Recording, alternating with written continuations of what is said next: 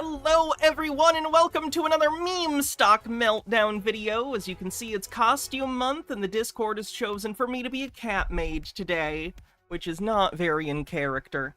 So hi everyone, welcome! Some crazy shit's been happening over the past 3 or 4 days with meme stocks, so we're gonna get into some of that.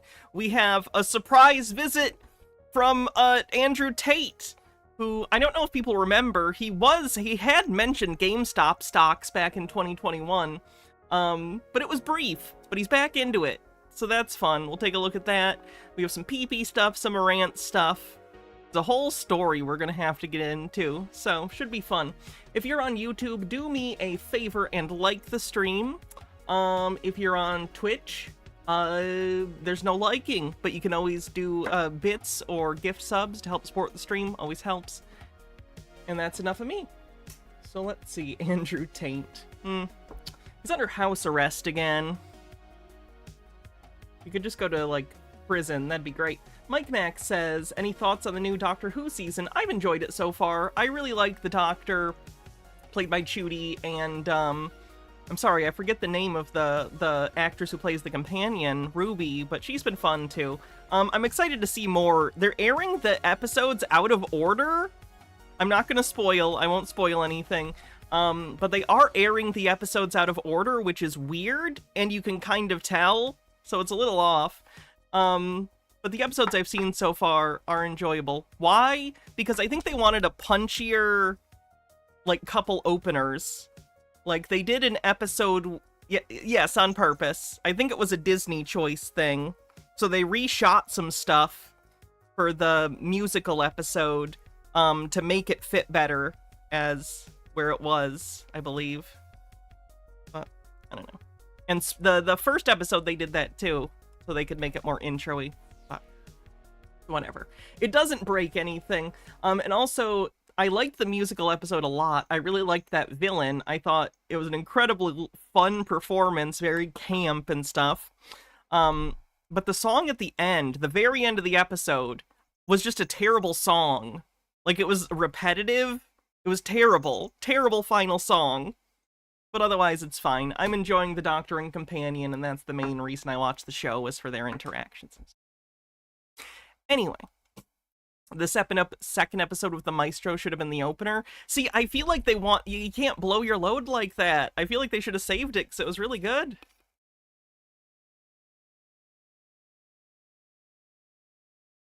Why is a criminal on screen? Because he's going to talk about GameStop.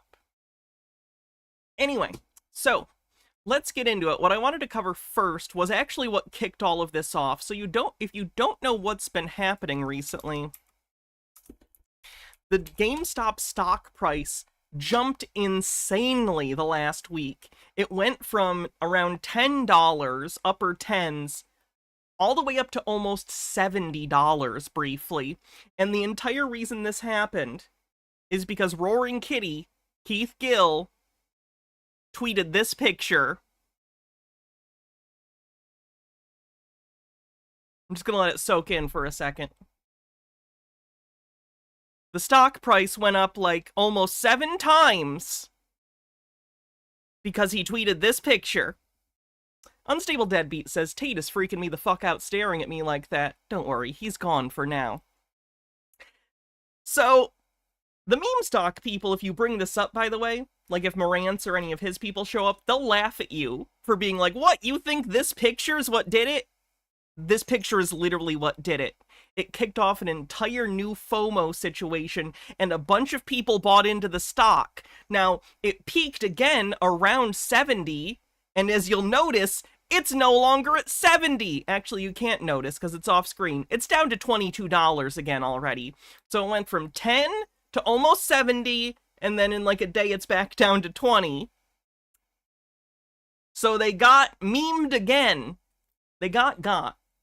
So a bunch of people bought in at these higher prices because they were afraid that they weren't going to be there for the new GME squeeze, because you remember what happened in 2021, and now they're holding the bag.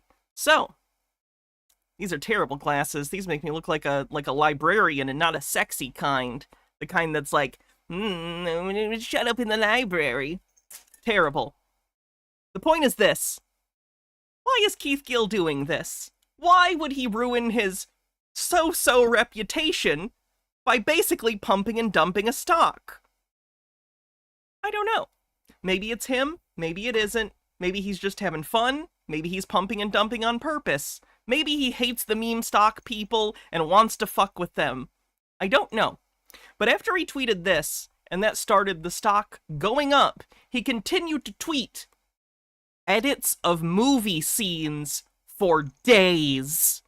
Now, luckily, I'm an aficionado both of cinema, I'm into the kino, and meme stocks, so I'm the perfect person to look at these posts. So we're going to take a look at all his goddamn movie meme posts. Solipsism wins again. Skefazoa says, don't forget, the Friday before that tweet, a bunch of stock was bought, almost like someone planned it. I should bring that up. Yes, someone may have intentionally done this to manipulate the stock. Ashley one up with a link. Perfect clip for this situation.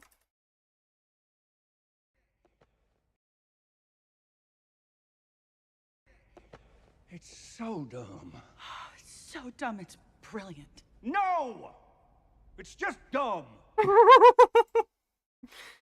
Okay, so let's go through his shit. Some of these are going to have copyrighted music, which I'll have to not play.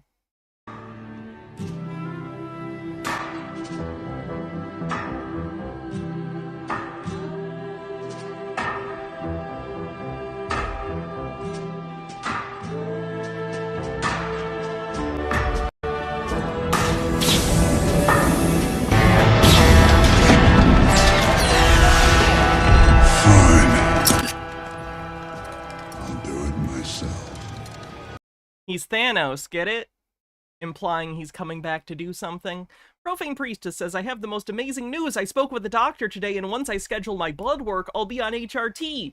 Couple, that was moving out of state in the new year, and, couple that with my moving out of state in the new year and being back in school, I feel like I'm alive since my first round of puberty. Fuck yes! That's awesome. Very exciting.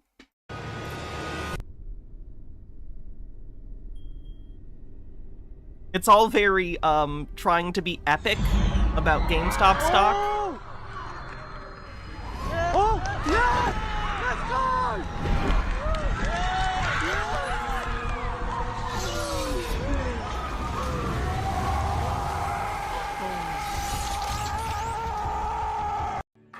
Get it? He's Weapon X. Get it? He's resurrecting, even more powerful than before. Again, I'm not accusing anyone of anything, much less Keith Gill, if he's even still the one in control of this account, but I do want to point out that this is the exact kind of stuff that you would post if you were trying to fuck with the meme stock people, if you were intentionally trying to manipulate them to pump the stock, but remain distant enough that, like, you have plausible deniability. You didn't say anything. You didn't tell them to buy the stock. You posted a bunch of random edits of movies. But if you know the apes, if you're Keith Gill or have access to his account, in any case, you know that this will drive a bunch of FOMO into the stock. It's an interesting mystery, gang. Lilac Rosenberg says, got on estrogen on this Wednesday. My body's testosterone in shambles. Fuck yes, Lilac. Yeet the tea. Ferris Bueller's Day Off. End credit scene from Ferris Bueller's Day Off. You're still here? It's over. Breaking Bad. We're done. When I say we're done. When I say we're done. Wake from your sleep. Radiohead. And then there's a cat. This is all these videos, by the way. It's all cringe mysteries. Mystery, you should have worn Velma today. People voted on Catmaid. First, the overture. Get it? Because V for Vendetta is very cool and has never been co-opted for really, really silly, cringy things. Oh, and also, who references Ready Player One? This is the scene in Ready Player One where Percival? Is that his name? Parzival, whatever it is. He finds a hack in the game, or finds rather the secret result, the secret way to win the race that Cringe Lord, who created their world, put into. I don't need to explain the plot of Ready Player One. What you need to know is this scene shows going against the system, going against the grain to find a novel solution to a problem.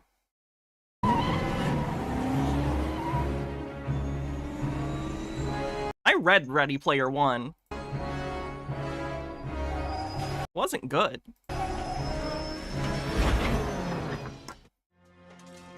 Game of Thrones.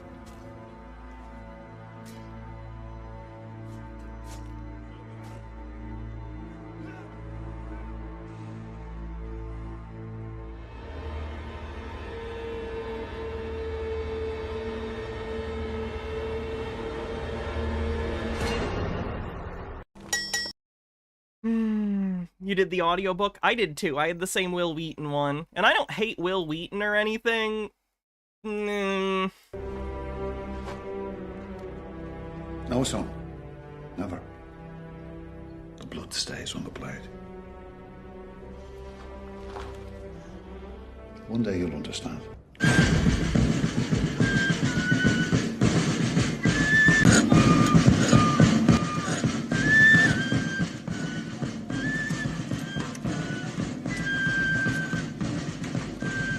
Reminder that these are memes that are supposed to be about a game pawn shop stock. Unstable Deadbeat says, God, I hate every November 5th when online fascists use the memes from V for Vendetta without realizing that they're the bad guys in the movie. In fairness, that plot was in an attempt to try and overthrow Parliament and install the papacy as the leadership of the country again. So, like, the original gunpowder plot, or whatever it was called, was pretty fashy. It was, like, trad-cath fascists. Before the term fascism was a thing. It was a while ago, but yeah. Well, Monk. Are you with us or not? For the last time, Valen, I'm with you if the money is right. I'll give you 10 per notch. 10 per notch? Per new notch. What does this have to do with stocks? It's literally just supposed to hype them up. These are cheerleading videos. They're just there to try and get you to, like, buy the stock. It's just supposed to hype up the apes. Gotta mute that for copyright reasons. You know, scenes from fucking Drive, in case you didn't understand Drive. Jesus.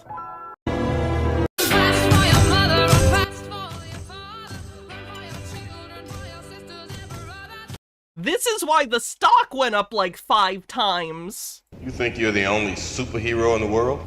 Huh. I'm here to talk to you about the Avenger Initiative.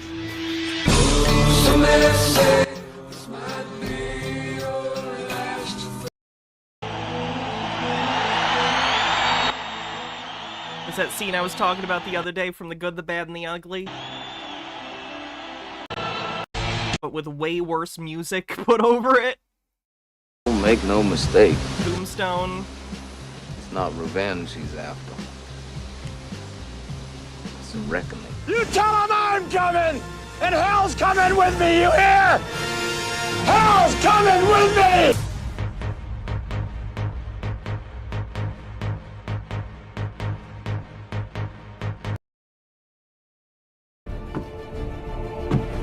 Pirates of the Caribbean, too. So tell me, what's become of my ship? As if he's Barbossa coming back. Is he a meme stock person? He was the original meme stock guy. He's the guy that was pushing GME before anyone else. He happened to be in the right place at the right time. You may have seen him. He has a red headband. The movie Dumb Money's about him. You remember the little red button? Yeah? Push the little red button. And you may want to put on a seatbelt.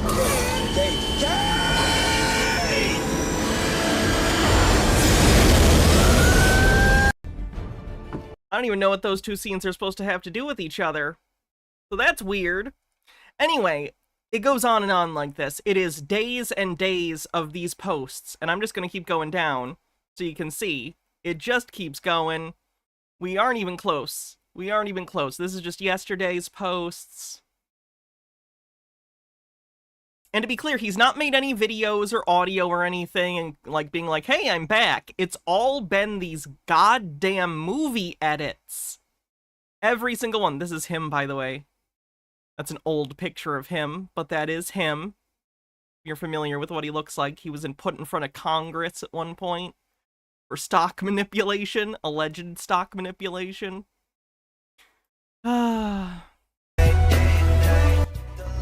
Moon Knight. He could have ignored the simple comment. Vernon decided to keep it real. Get your motherfucking hand out of my face. This is cringe without context. With context, it's hyper cringe.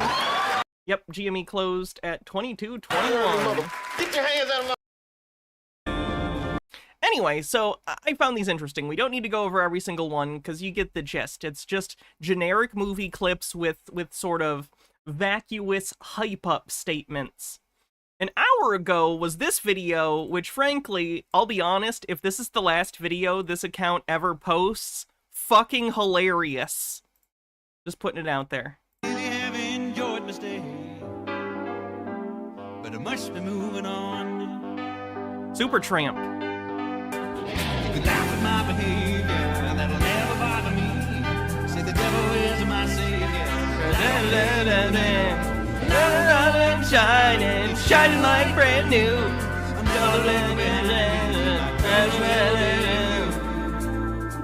Goodbye, stranger. It's been nice. Hope you find your paradise.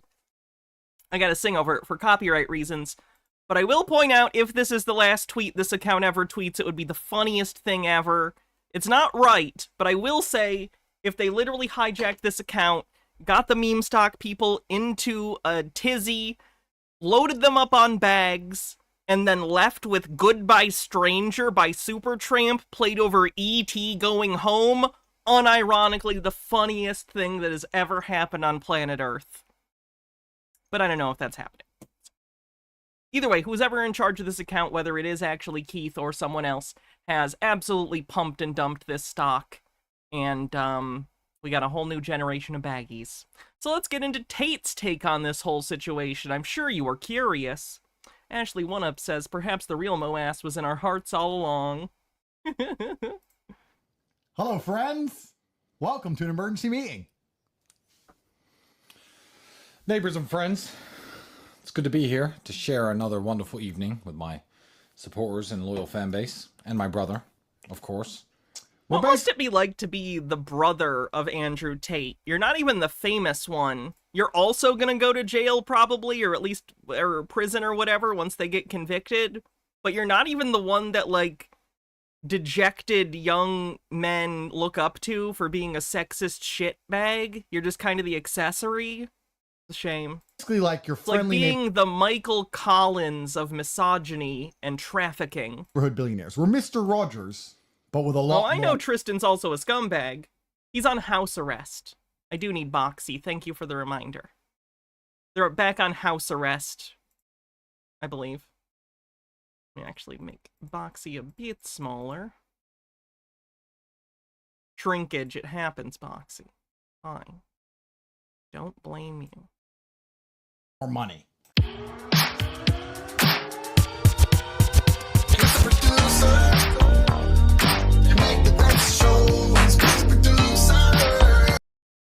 Oh my god, shut the fuck. There was only 3 TV channels.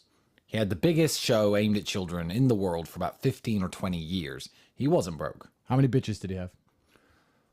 Well, probably only his wife, because that's the type of man. No, you have a wife, then you have bitches. How many did Mr. Rogers have? I don't know, is the answer. It could be. Mr. Rogers is... Oh my god, Andrew Tate's the anti-Mr. Rogers. It's like a twins situation, but instead of Arnold Schwarzenegger and Danny DeVito, you got Andrew Tate and Mr. Rogers. One got all the kindness and sweetness, and the other one got all the hate. It could be 0. Incalculable. It could be thousands. Incalculable bitches for Mr. Rogers. He'd be good with women. Of course he would. Hey, ladies, do you like my new sweater? I'm your friendly neighborhood neighbor. You want to see my puppet collection? Oh my I God. can return, or immediately, whenever I like, I can return the 5 shares owed. Now, let's say the price is halved in that time.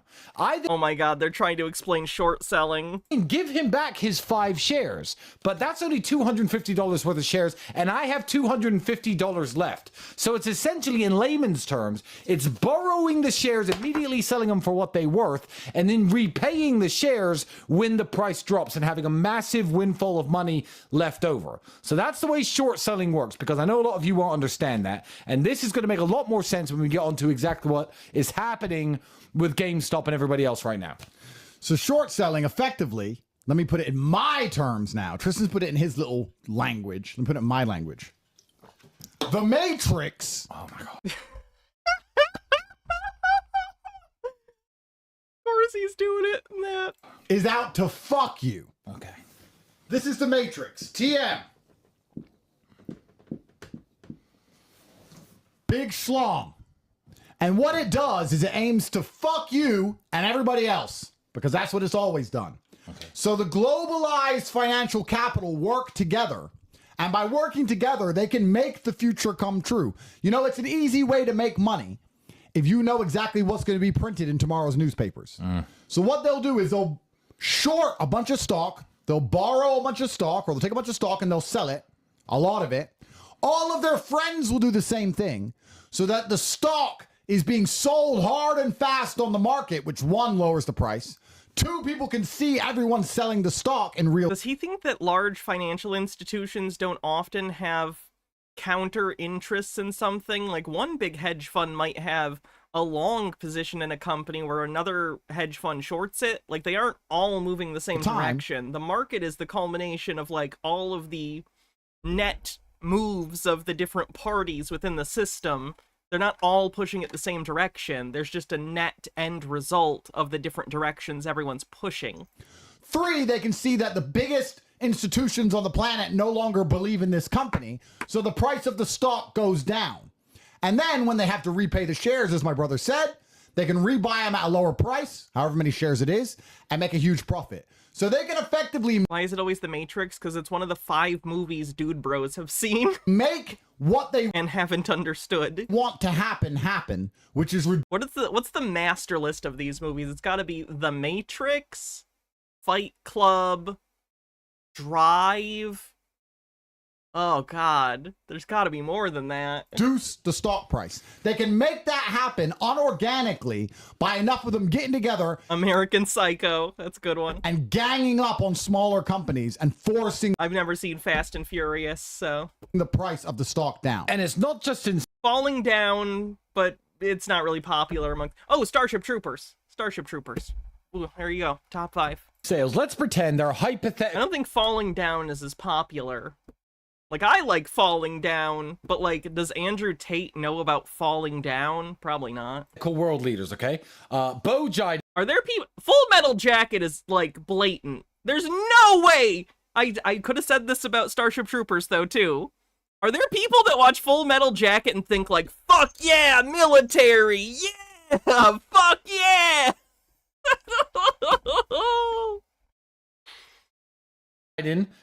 M-I-C-K-E-Y-M-O-U-S-E.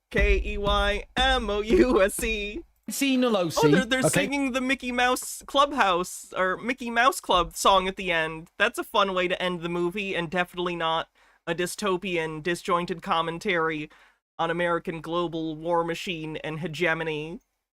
Juxtaposed with its culture. We're fine. We're fine. Just random names I've made up off the top of my head. Let's say you want to invest, or you want to short the corn market, or farmers, or American manufacturing, okay? You don't have to, be so public about what you're shorting to hope that everyone catches on. You can just, short the stock and then make a law that fucks the companies. All of American manufacturing and farming gets fucked because Pansy Pelosi and Bo Jiden have made some laws. And they make billions, even though their salaries are only about $150,000 a year. That explains why imaginary politicians like Pansy Pelosi get so rich because they make Wait, the law. Rage and Rob thinks that? Oh no.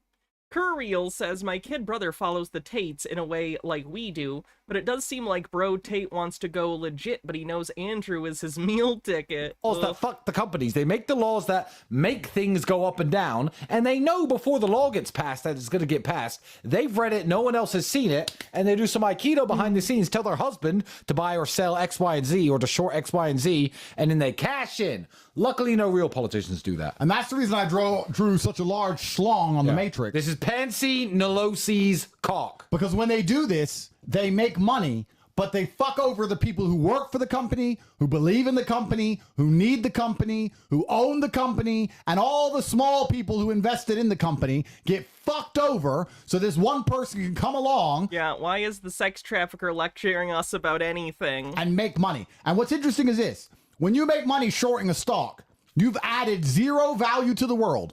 You've produced nothing. You've gained the world zero. No innovation. You're paying interest to the person who loaned the stock to you. Just saying, if you're looking to be like super, how do I put this? If you want to look at it in terms of productivity, the stock market might not be the place to go. Maybe get a real job. I say as a cat maid on the internet. No insight, no information. You haven't even made anyone smile. You've done nothing at all and made money from thin air, and all that it takes is to fuck over the person who owns the company. They are bad at this. I'm done with Tate's bullshit on this. He isn't even entertaining at this point. Let's look in on the meme stock regulars, who, on the bright side, while I don't like their beliefs, at minimum, are not sex traffickers to my knowledge, so that's good.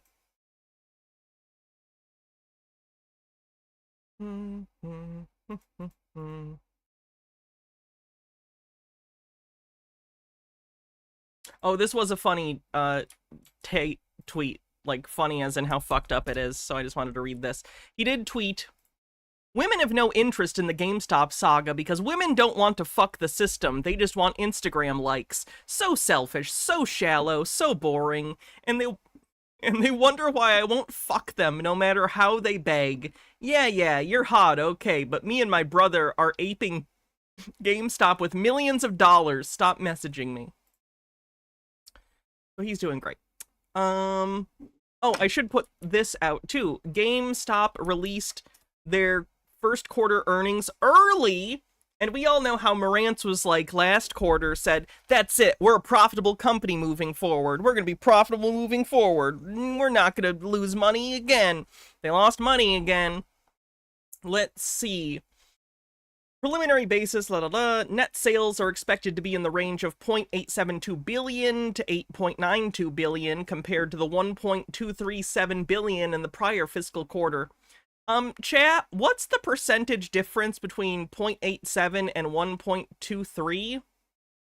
Like, how much of a drop is that? Because, again, that's bad if your sales are down. That's bad. Net loss is expected to be in the range of $27 million to $37 million compared to a net loss of $50 million in the prior year fiscal quarter. About 25%. That's bad.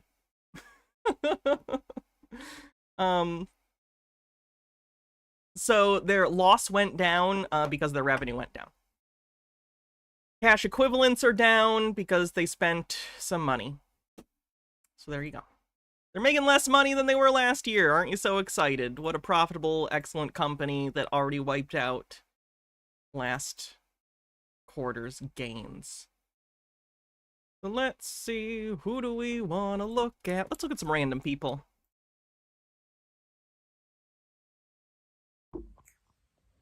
Are you terrible for suspecting none of the messages Tate mentioned are real? No. What's up, YouTube? What's up, investors? I hope you're all doing well out there. This is not financial advice. This is just my opinion. As you can see, I am in my garage, and I'm just talking about stocks that I like. Good place to do it. And it is necessary. Oh, they are doing stock dilution. Holy shit, I almost forgot the most important thing. God, there's a lot that's been going on this past week with the meme stocks. GameStop, because the stock got pumped so hard, announced that they're going to do dilution, which, for those that don't know, is going to release more shares into the market, which is going to drive the price down further. So that's fun. By the last video, all the comments, thank you for the... It's GameStop trying to gain money, which at this point, I hate to put it, but GameStop is basically a stock company at this point, because I think the only thing they've done in the last 5 years that's actually turned any sort of profit that wasn't immediately eaten up is by diluting and selling shares. They're basically just a perpetual stock machine trying to make money by selling the stock. Likes, comments, all the subscribes, all that good stuff. Thank you. Share these videos. Get it out there. People need to know what's going on with GameStop, because it looks like a lot of you are newbies, brand new, fresh, and that's great. We need new investors. But if you've never been here before, if this is your first GameStop fight or battle, you got to fight. You got to battle. It's not... And by fighting, he means, please don't sell. Please don't sell and make the price go lower. Easy. I've held on to this useless stock for years. Join. You don't just, oh, the stock's going up, I buy it, and it rips and it continues to go up. That's never been the case, and that's never happened. Stocks that continue to go up happen all the time. They just happen, you know, gradually, because they're profitable companies that continue to maintain some sort of business presence. And they are huge. It's not just a couple people. These are banks. These are conglomerates. This is billions and billions and billions of dollars that they've already lost. And they have plenty more money where that comes from. Have any of you seen Dumb Money? Like, some of you people need... I have seen Dumb Money. It's the story of Keith Gill and the GameStop thing in general. Bad movie, and I don't think it frames the situation accurately. To do some research, all right? I meant to bring it up, actually, and have it as a prop in the background, because I do own it on Blu-ray, but... In the movie Dumb Money, that they get reassured, they get more money, and it's gonna happen. What if that is what's happened yesterday? They got more money to short it even more. That's what hedge funds do when they run out. The idea that the primary reason that the price goes down is because of short selling is completely unfounded, by the way. Not how it's happening. Money I think the short interest was only like 10% yesterday, something like that. Like, I don't know. I just don't think they understand how short selling works. They go to their friends and they borrow money to short the stock even more. Crypto is up right now. Dogecoin and Bitcoin... Oh good, Tether's got the printers running. ...are hitting all-time highs. I wonder why. Because they are using Dogecoin and cryptos to leverage against GameStop. Did I see Apes telling Dan to apologize to them? They told me to apologize too. I got added with Dan in tweets. Bella Lugozzi with 16 months says his partner won't let him film in the house. Unstable Deadbeat says, you don't like it, but you own it on Blu-ray. Hannah, ever think you have a problem? This is a safe place. You can admit it. I can stop anytime I want. Stop. I just never want to. Ever, ever, ever. Need you to believe it. That's what I believe. I own tons of movies. To be clear, there are movies that I don't like that I don't buy. I bought Dumb Money specifically because it involves GameStop, and because, you know, I do this. It's like a memento. It's the same as, like, I have those Alex Chu immortality rings, or the Bed Bath & Beyond basket that I was sent. You know what I mean? I like having little mementos. That's what I'm talking about. Can I stream from a garage? Doesn't have to be mine. I think legally it has to be mine. And the people that are really dedicated buying GameStop stock, they don't care about one red day. They've been here. We've been here. We've been stacked. I mean, you should be concerned that the green days that the green days that pushed it up to almost $70 were entirely based on hype. If your stock is so nonsense and not based on fundamentals that one guy's account tweeting sends it up like 5 times and then it crashes back down like in the next week, the movements of this stock are completely divorced from reality. Sorry. They're completely divorced from reality and have nothing to do with the fundamentals of the company. So many people are bag holding. Backing up GameStop shares. And we knew that this day was going to come. And it's not here yet. This is just the beginning, y'all. And Just glad she isn't streaming from glad he isn't streaming from a hot tub or pool. And you're losing money right now, then just leave. Go somewhere else. If you want to make money on this stock, you better get the fuck out. Interesting pitch to the new investors. Hydrate, can do. If you're in this stock to have a good investment that grows over time, get the fuck out of here. That you're just easily to leave there too, all right? Because we don't need I keep saying the fundamentals of the company. What does that mean? So basically, like, does the company make a profit? How many stores do they have? How many employees do they have? Are they happy? How much is the EPS or earnings per share? Relative to their footprint, are they making money? Do they have a future as a company? It's basically all of the real material factors that will make the company function in the future. How is the company doing financially? How does the future of the company look? How much debt does the company have? How much income does it have relative to expenses? Stuff like that. Here as a GameStop investor. That's just the simple truth.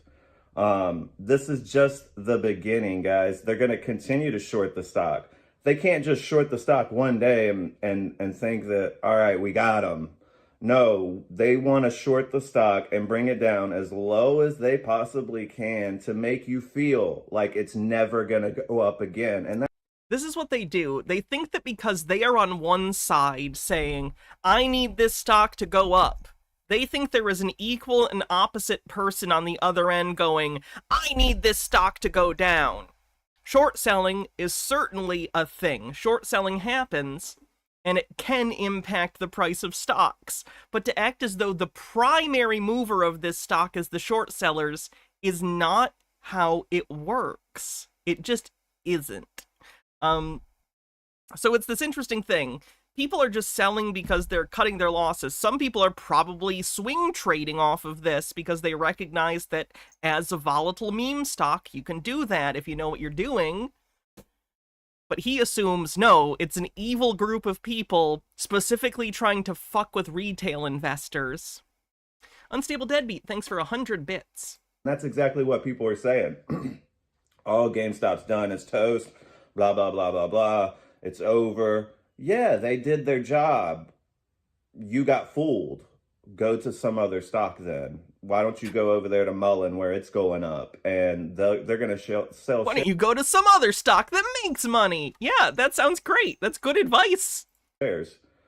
And then it's going to go down. Go to AMC where it could go up. What is swing trading? Swing trading would be not trading because you, well, let me explain this first. Traditionally, the simplest way of like being in the stock market, if you're not in some sort of mutual fund or something, if you are betting on individual stocks, you would find a company, you would say, I like this company, I think they have a future, I think they'll grow, so I'm going to buy stock in that company and hold on to it long term, and it's going to grow and grow and grow, hopefully. And I'm going to hold it, even if it goes down, I plan on going long on this stock. Now, there are people who, because of the nature of the stock market, especially when things are volatile, don't really care about a long-term company. They care about playing the system itself. They recognize some stocks go up and down based on news, and they don't really necessarily even give a shit about the company's future. They just recognize, oh my god, the stock is pumping right now, so if I buy it right now, I can sell it tomorrow for a profit, probably. Or I could even sell it 3 minutes from now, or 20 minutes from now, or I'll hold on to it for a week and see what it does. They don't necessarily care about the future of the company, they're just using the fact that the price is volatile to try and make money off of other people playing the game. If that makes sense. But they're going to sell shares. GameStop is not going to sell shares, hopefully. You know, I hope not. In my mind, they are. He posted this yesterday, and as of today, GameStop announced that they are diluting the stock, which will make the price go down. That's what I believe, all right? And that's what this is all about. This is what I believe. GameStop, it's just another red day, people. It's $34 last I looked. That's the same price it was yesterday. All right. It's down to 22 now. Right. That much of a drop in a day is bad. In my mind, they can't bring it under $30. They did. It's $22 right now. But they probably will. Who knows where it's going to go, y'all, but swing trading is buying and selling on the upswing. Well, you would buy it if it is like going up and you think it's going to continue to go up. You would buy it hoping it continues to go up, and then short term you would buy it. And then if things go down for some reason that you think's going to go away, or you think that the downswing is just temporary or short, you might buy in at the low, waiting for it to normalize or go higher, and then sell. Yes. In my mind, and I believe that GameStop is here to stay. And it's going up. It's just a matter of when. They can keep it down for a while, and they can keep, allocating funds from one resource to another resource. Eventually, GameStop is going to hit, and it's going to squeeze, and it's going to squeeze them so hard that they can't get any more allocation or anything else from any other source, such as crypto or anywhere else, and put it back in and short GameStop. That's what I believe is going on. And I don't see this as it's over and it's just going to keep going down. No, this is just the shorts winning. This is other people that have given up and sold their shares. It's not over. It's just a matter of time before GameStop goes back to $40, back to $50, and back to $60. All right. Repent, everyone. The rapture is always tomorrow. That's my prediction for GameStop in this month, before earnings. I think that we will get back to 60, definitely back to 50 soon, and very soon, my friend. All right. So don't worry. Get you some coffee. Oh, there they are. Jerry Diamond says, why do you only stream about GME when it's going down? Why didn't you stream Monday through Wednesday when it's at 80? Because I was waiting to find out more about the Keith Gill situation. And also, today they announced the dilution and their Q1 results. Does more information upset you? Get off. Sorry, I'm being snarky. Genuinely, the reason was because I was waiting for more information to come out, and I predicted it was going to drop by the end of the week, and it's more fun to talk about then because you get more reactions from people, like yourself, who aren't fans of when the price goes down. So there you go. There's your answer. Stop watching the stock. Go do something else. Don't worry about it, all right? If you are really here to hold. But if you're just here to sell, make a few dollars, then yeah, you probably will lose money. And you're in this stock to make money. Leave. It's probably a good thing because you're just here to flip the stock. You're not really here for the ramp. You're not here for the gamma squeeze. You're not here for the MOAS. And a lot of you people are never going to make it to the MOAS because you're MOAS. I got the most ass. Too weak, and you don't want to hold. For those who don't know what MOAS is, MOAS stands for the mother of all short squeezes. It is a rapture-like religious event, basically, in which the GameStop or other meme stock people believe that finally the short sellers will no longer have any ammo to suppress the true price of the stock, and the price will shoot to infinity as everyone refuses to sell to them for them to close their shorts. It's nonsense. Old, and every red day you want to run. Sorry, H. Baird. H. Baird said, let's all get rid of shorts and switch to sundresses. That sounds nice. So that's what I see. What's a gamma squeeze? Basically, again, like an infinite squeeze. Basically, there's something called a short squeeze, where if people have a short position in a company, which is betting against it, betting that the price goes down, if you force the price up or keep the price above where they need it to be to buy back their stock, that's called a short squeeze, which is a real thing in hypothetical. They think they will have the mother of all short squeezes, a gamma squeeze, in which these companies are so overshorted illegally. They're not, there's no evidence of it, but they believe they're so overshorted illegally that it'll basically create a situation where they can find an infinite money glitch IRL. Going on, a lot of fear, a lot of hate, a lot of discontent, and a lot of new investors that need to be aware. So share this video, get this video out there. If you're a GameStop investor, get the video out there to new investors. Tell these new investors what's going on. Hey, this is just the shorts doing what shorts do. This is more of a beta squeeze. Funny.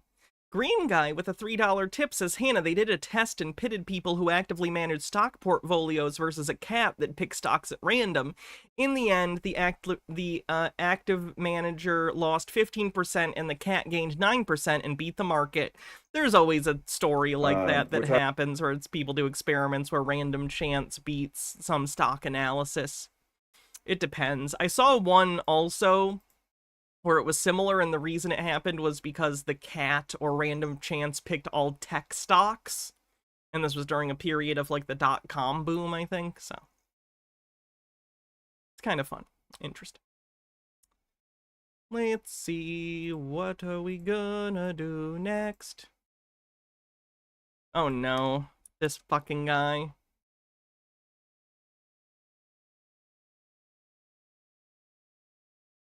And in the next game, 1838. Jerry Diamond says, not upset at all, just noticed you, Noisy Korax, and Dan Olson all disappeared till now. Stocks go up and down, you only get loud on the down factional actions. That's because I bide my time, because I know what's going on and you don't. Marantz showed up to gloat the day that, like yesterday, when the stock was higher than it was today, but not even the day that it was at its highest. I'm not trying to gloat. I'm just trying to talk about the situation. Like, I didn't disappear, I just decided to wait until there was enough to talk about. I understand the point you're trying to make. You're trying to intuit, or not intuit, you're trying to imply that I only do it on days that look good for me, and I think you fundamentally misunderstand my position in the first place if you think that's true. I don't care if the stock goes up or down, in particular. The point is that, because it's a meme stock, the price of the stock is irrational and entirely divorced from any fundamentals about the company. I waited till Friday because I wanted more news to come out. I wanted more content to cover. sucking each other. I was talking about it earlier in the week. I just didn't do a full stream about it. I mean, everyone's on OnlyFans now. I mean, and also Dan posts like one video every like 6 months because he puts a lot of work into his videos, unlike me. So I don't think that's fair. And yet here I am saying it only takes one. They think I only cover meme stocks when it's one of like 100 topics. That's true. I stream almost every day. Think about it. This is one of many things. It only takes one. You know what? I just want to say something. In a world of everyone's a liar, because that's the truth. Maybe normal people maybe aren't liars, but I think we are at our core. Some of us, not me, but some of you. And like Mike in the chat, I definitely know that guy sucks wieners on the side, but that's neither here nor there. But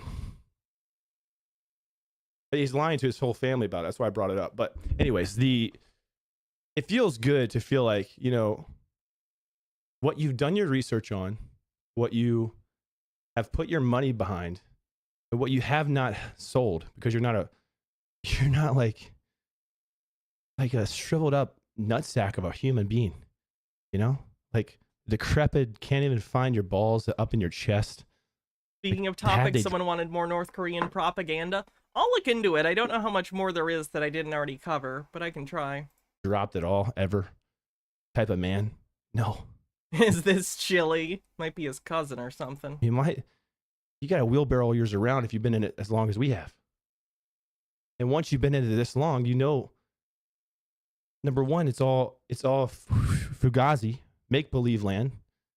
And we're in an incredible war with hedge funds, technically with Hollywood, because they keep making movies and documentaries about this.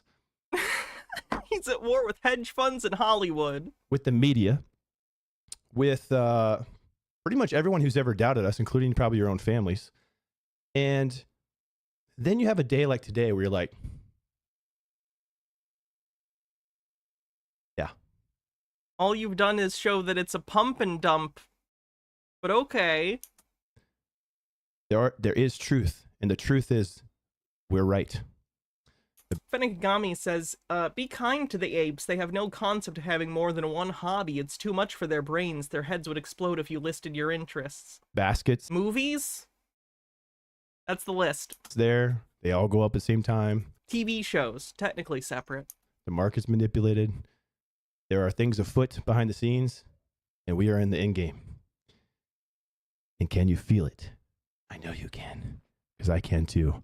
And by God, feels good. Also D&D, that's true. Feels so damn good. Cheeses. I enjoy cheeses, a fine cheese. Let's take a little looky-poo at Roaring Kitty over here. I have a lot more to say. I mean, we're just getting started. You're locked in for the next... I mean, you might as well slit your wrist right now or your hand or whatever. Shake my... Ew, sorry. I didn't know he was going to say that. Put it on the screen right here. Go ahead, touch it. Blood Brothers. Video games, conspiratorial people. That's true. I guess I have interests. Woodwork. I do like woodwork. The rest of the night. If you don't have I'm not a cat girl. That's not even close to the kind of girl I am. your war paint on, I don't even know who the hell you are. I just play one on the internet. If you're not a member of the Space Force, I don't understand that. Somebody in chat said, where you been? I'm paying $400 million in legal fees right now. Okay. Yeah. Somebody tried to take my whole ship. Not gonna happen. And so we're in offensive mode now, and we're blazing a path. Anyway, that was very ambiguous and cryptic, but some of you might know what I'm saying. What did I do? Let's get over the Roaring Kitties thing. Whatever. One sec. I actually opened a thing in my stream thing that fucked my view up for a sec. Give me a sec. How do I? There we go. I fixed it. All right, check it out. Johnny Guns! Andronicus Khan says, I'm actually at work, just listening on an earbud with my phone in my pocket, so I'm just listening and not watching. But as soon as you said, oh, this fucking guy, I knew exactly who you were talking about without even looking. Became a member of the Space Force. A legend of the chat, Johnny Guns up in house. Welcome back, Space Force. Let me read some of this chat right here real quick, because I want to say hi to you guys. I missed you guys real quick. This is all about you guys for a second. Phil DeFritos, he says Bitcoin.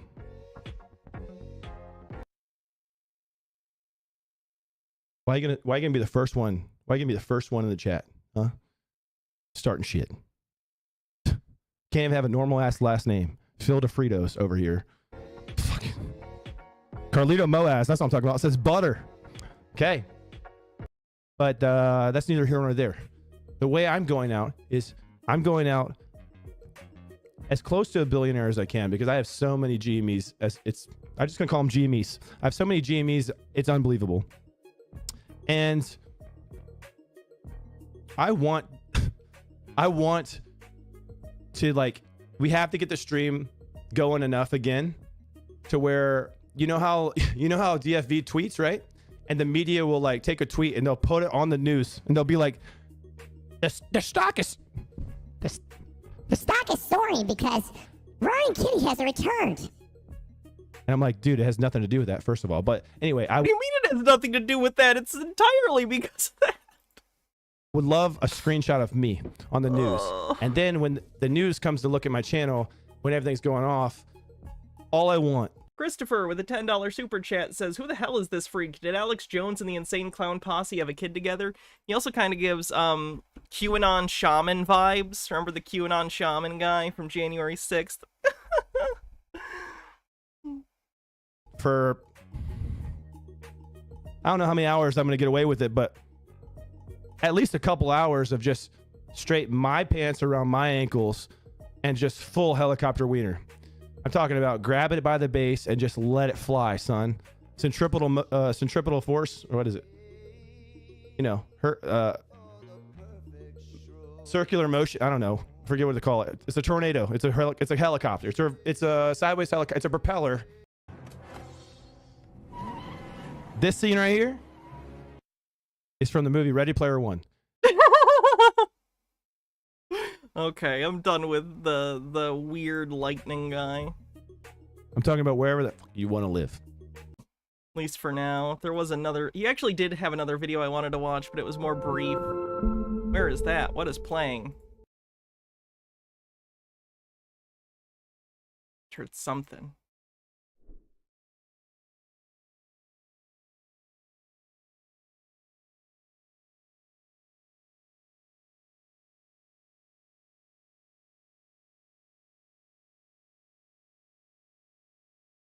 Here's an actual shorter video he did. Incorrect tab. There we go. Listen, I made this video because it's very, very important. So I want you to share it with somebody that's invested in GameStop, or share it on your social media, or post it somewhere online for people to see, because it's very important for the GameStop community and everybody to look at this. This is very, very, very important to understand what's going on with the price. And I talked about it 2 years ago in this video right here. It's this same thing that's happening right now in the middle of May. And this is an amazing reminder by looking backwards about what we are experiencing right now. And most importantly, infinite risk. Woo! You know, guys, it's Wednesday. Okay. This whole craziness started on Monday, right? Monday technically was a good run up. And then Tuesday was when manipulation felt like it happened, right? And then today was... When the stock goes up, it's fine. When it goes down, it's manipulation every time. Kind of like another annoying day, which felt like we got used to it. Am I right?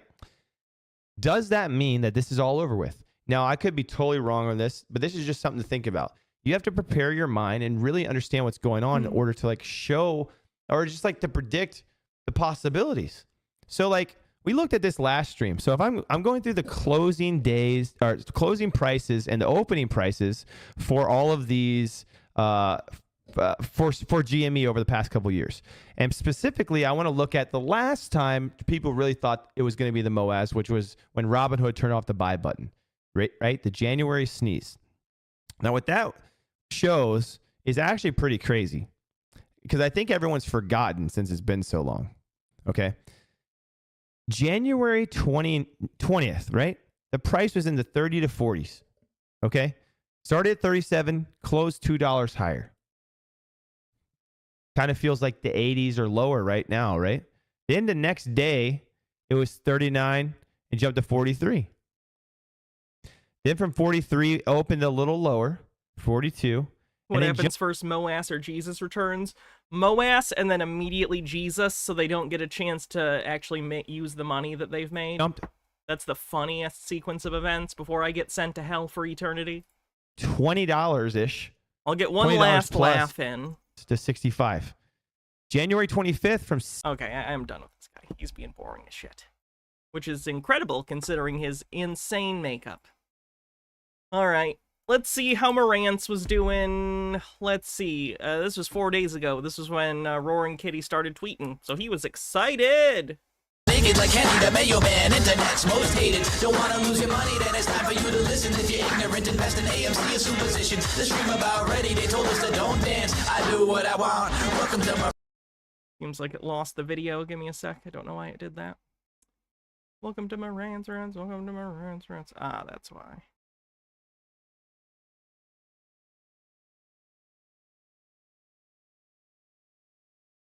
Group singing the truth, we just chillin', infinity pool swimming. So welcome to Marantz Rants. A lot of knowledge, but no advice on finance. Don't even need pants, you can tune in naked like Henry the Mayo Man. Internet's most hated. Don't wanna lose your money, then it's time for you to listen. If you're ignorant, invest in AMC. I don't like Marantz, but I will say the theme song's not the worst in the world. It's full of a bunch of like gibberish from meme stock jargon, but the beat's not bad. Superstition, the stream about ready, they told us to don't dance. I do what I want. Welcome to Marantz Rants. Welcome. I think it'd be pretty hypocritical for us to make fun of costumes on this channel for pretty obvious reasons.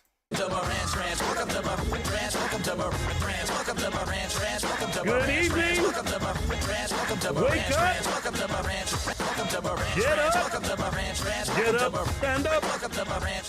Stand up for your rights. Yes, welcome back. Welcome back to Marantz Rants. plenty of good information, a little bit of motivation, a whole lot of truth, all the stimulation. You know what it is, guys. Right now, GameStop currently ticking up over $20 right now on Robinhood on the 24-hour mark. But before we even get involved, before we even talk about the stock, before we talk about Roaring Kitty finally tweeting after 3 years, before we talk about Oh, he was like really excited. all this right now, I got to say happy Mother's Day. Because without moms, we wouldn't be here. So congratulations to all the mothers out there. The realest quote I heard today written in text was by our man, Almo Nestor. He said, let me tell you something. If you got a mom out there, reach out. Mamas weren't given a playbook on how to actually run their life. Moms weren't given a playbook on how to be mothers. So maybe they weren't perfect, or maybe they didn't make the right decisions. But if you're struggling out there against your parents, your mom, your wife, your ex-wife, thank them. Thank them for the treasures and everything you got around you. Because without moms, you're not here. Straight up, I love everybody. If you're a woman out there, I know what you go through, only because I got 3 daughters, right? And I hope none of them are moms just yet. I don't think they are. No, they're not. Keep a secret from me. But hey, I'm just going to tell you guys, it is Mother's Day. That's uncomfy. It is Sunday. It is the day before the market opens. And our boy, Roaring Kitty, he sat his ass up. If you guys don't know about the tweet, it's out there. But we have so much to unlock, guys. Now, I know I'm going to touch on the Bed Bath & Beyond nonsense. I'm going to touch on the Ian Carroll. I love it that he's like, Bed Bath & Beyond is obviously nonsense, but the GME MOAS is definitely on the table. I'm rational. Issues that were going on. I'm even going to talk about the one man, Bill Pulte. I can tell you this respectfully. Bill Pulte followed me on Twitter again. He unblocked me, and I got to respect the move, okay?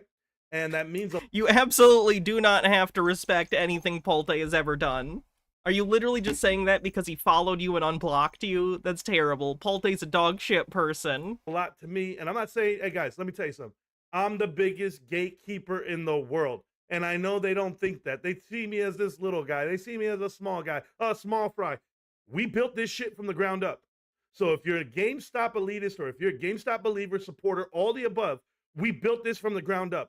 So before you try to infiltrate this community... We built this baggy...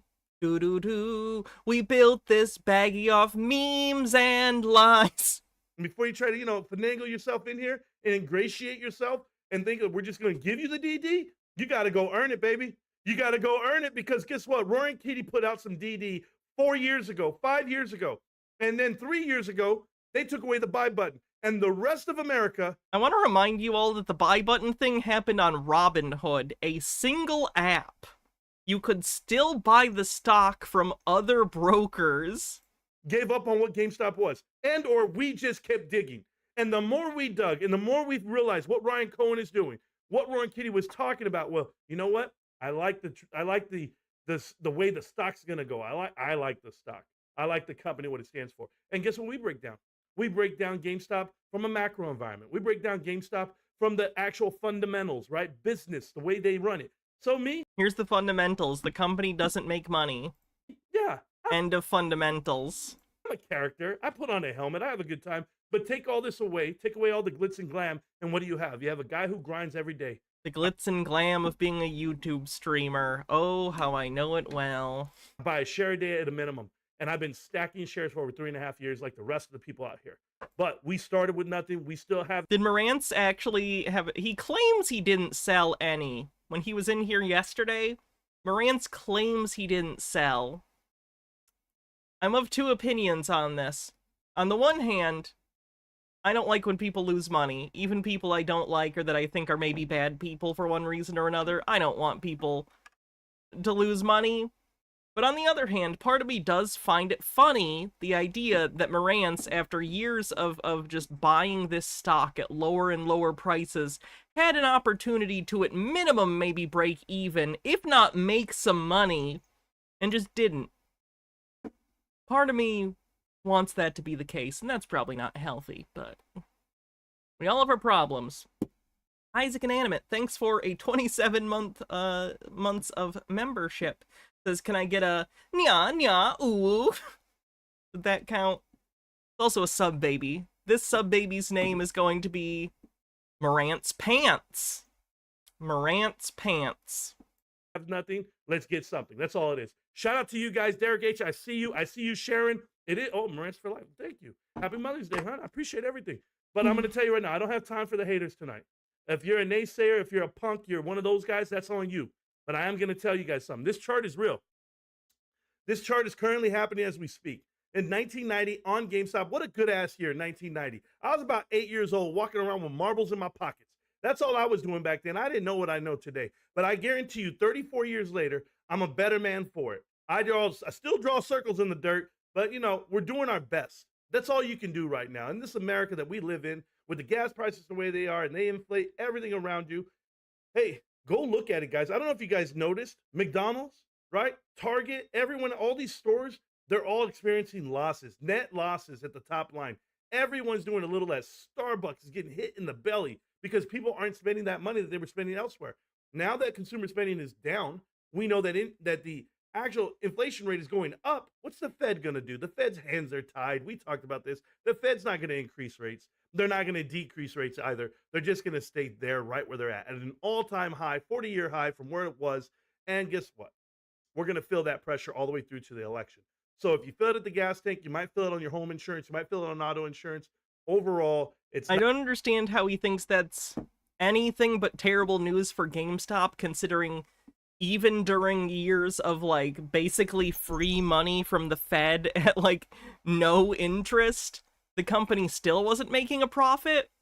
And now that people are tightening their belts and being a bit more austere with their spending, especially on frivolous things like video games. I say frivolous. I'm a gamer. I play games. So, I love games. But, it's not something you need to survive. It's not a bill. It's not food. It's not clothes. It's a secondary thing you do if you have extra cash. That's not good for GameStop. That's terrible considering they already weren't profitable. Not going good. That's all I can tell you. Me personally, I'm invested in one company, one stock that is battling the idea of not expanding during this time. I'm okay with it. You looked it up. Target is profitable. Revenue was only down 1.5% in 2023. With it. EPS was up 48%. Oh, that's actually pretty good. Because Wall Street projects that GameStop will have a 15% increase on top line revenue 2 years from now. So guess what? I'm going to buy it now. I'm going to buy it now. Ashley One Up says, this is why the Ferengi think they're better than humans. You'll never get one of them being this delusional about a failing stock. At the bottom at 20. Rom gets into meme stocks. Would have been a fun episode of Deep Space Nine. $1 a share. I'm buying now at the bottom at $15 a share, $10 a share. I'm going to do all of that above. But what are we doing until then? Well, one, I'm keeping the truth out there. I'm keeping it real, right? And people ask me, Marantz, why did you betray the GameStop community? The GameStop gatekeepers over there on Reddit. Let me tell you something, okay? I have no allegiance to anyone other than this platform and the people that support me here. That's it. I'm just a singular guy. But I guarantee you guys, when people put stuff in front of me, I'm going to put it to you a different way. Just so everybody knows what I'm talking about, okay? So we can all talk about this topic. Let the chart do what it does. I don't care. I'm going to draw you back to last night and yesterday. Yes, I was invited to an elitist. How long does he wear this helmet? I just want to point out, oh my god, does he wear it the whole fucking stream? I'm going to say, as someone who wears costumes on stream, again, he's wrong about basically everything he says about GameStop. That's commitment. That's commitment to an uncomfortable situation, because that helmet looks like you'd sweat like a motherfucker in it. Like, it genuinely looks like it would be uncomfortable and hot. Sounds terrible. I'm going to use the bathroom, so I'll be right back. Stay tuned! Or whatever. While I'm gone, Boxy will tell you about,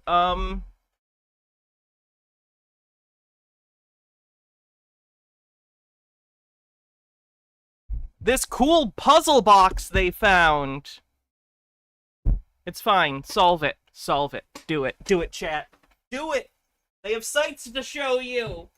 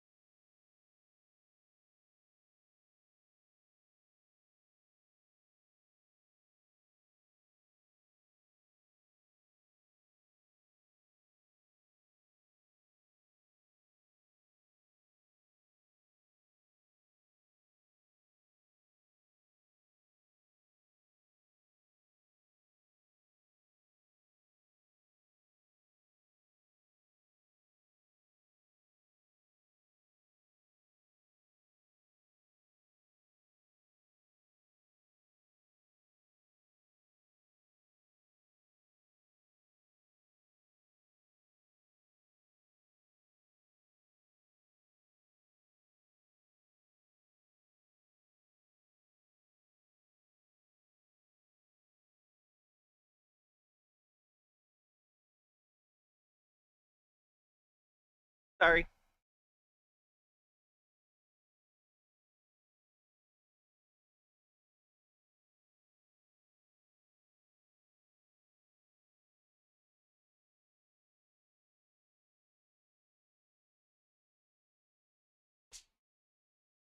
That'll probably be fine.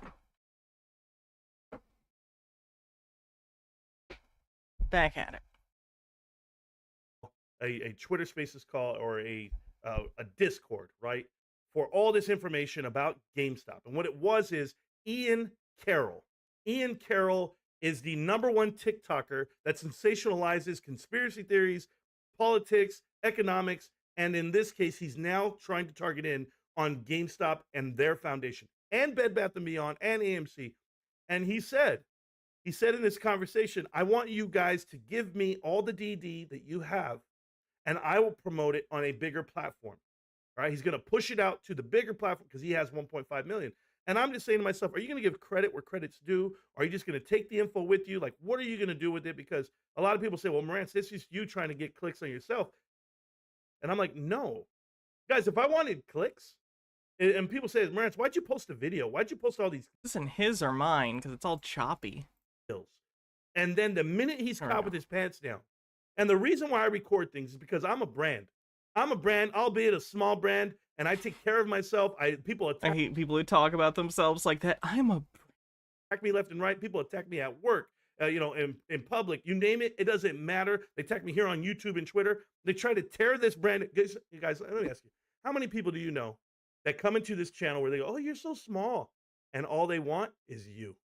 They want the 10,000 investors that watch this show. That's all they want because you guys have the money. You guys have the power. And I'm not letting it go. I'm not going to let it go because I didn't ask for it this way. I just wanted a place for people to come and watch how I do it. How do I invest? How do I support the movement and the stock and this investment of mine? How do I live diamond-handed? That's what I'm documenting. But while I'm doing that, I got people. How do I live diamond-handed? Again, do they understand that for most people, the stocks you buy, if you buy individual stocks, are not a way of life? It is weird and dysfunctional for a stock you own to become your personality or a major part of your personality. It's an investment. You should set it and forget it. The idea that you need to actively participate in a company that you bought stock in it's cult-like. It's creepy. It's weird. Stop it. Get some help.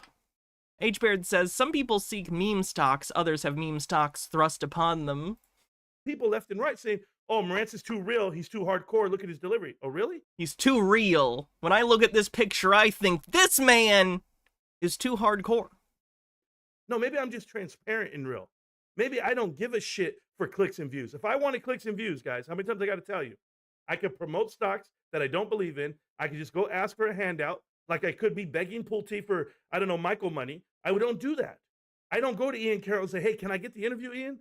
Can we do a show together? Hey, can we do this? No, I'm not looking for views. Views is making friendships with people that you don't agree with, all for the sake of a click.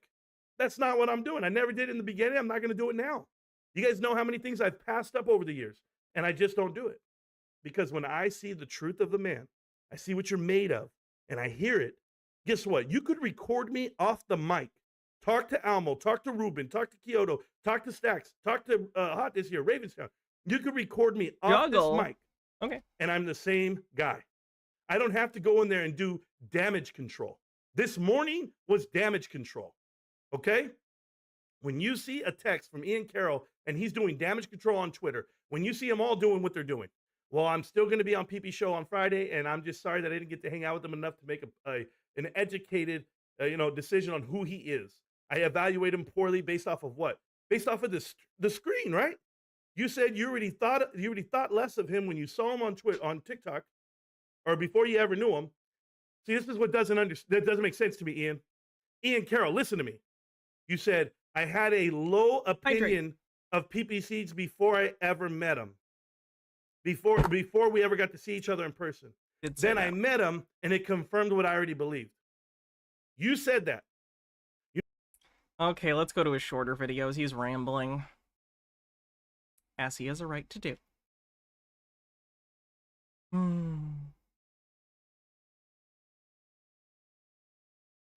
Hi, guys, and welcome back to Marant's Rants. Plenty of good information, a little bit of motivation, a whole lot of truth, no financial advice. I want to give you guys an update on GameStop today and what we've been dealing with on this market. Now, obviously, GameStop, unprecedented price action today and the last 3 days, last 3 weeks, I should say. We've seen more volume than we've ever seen. More 3 days, but okay.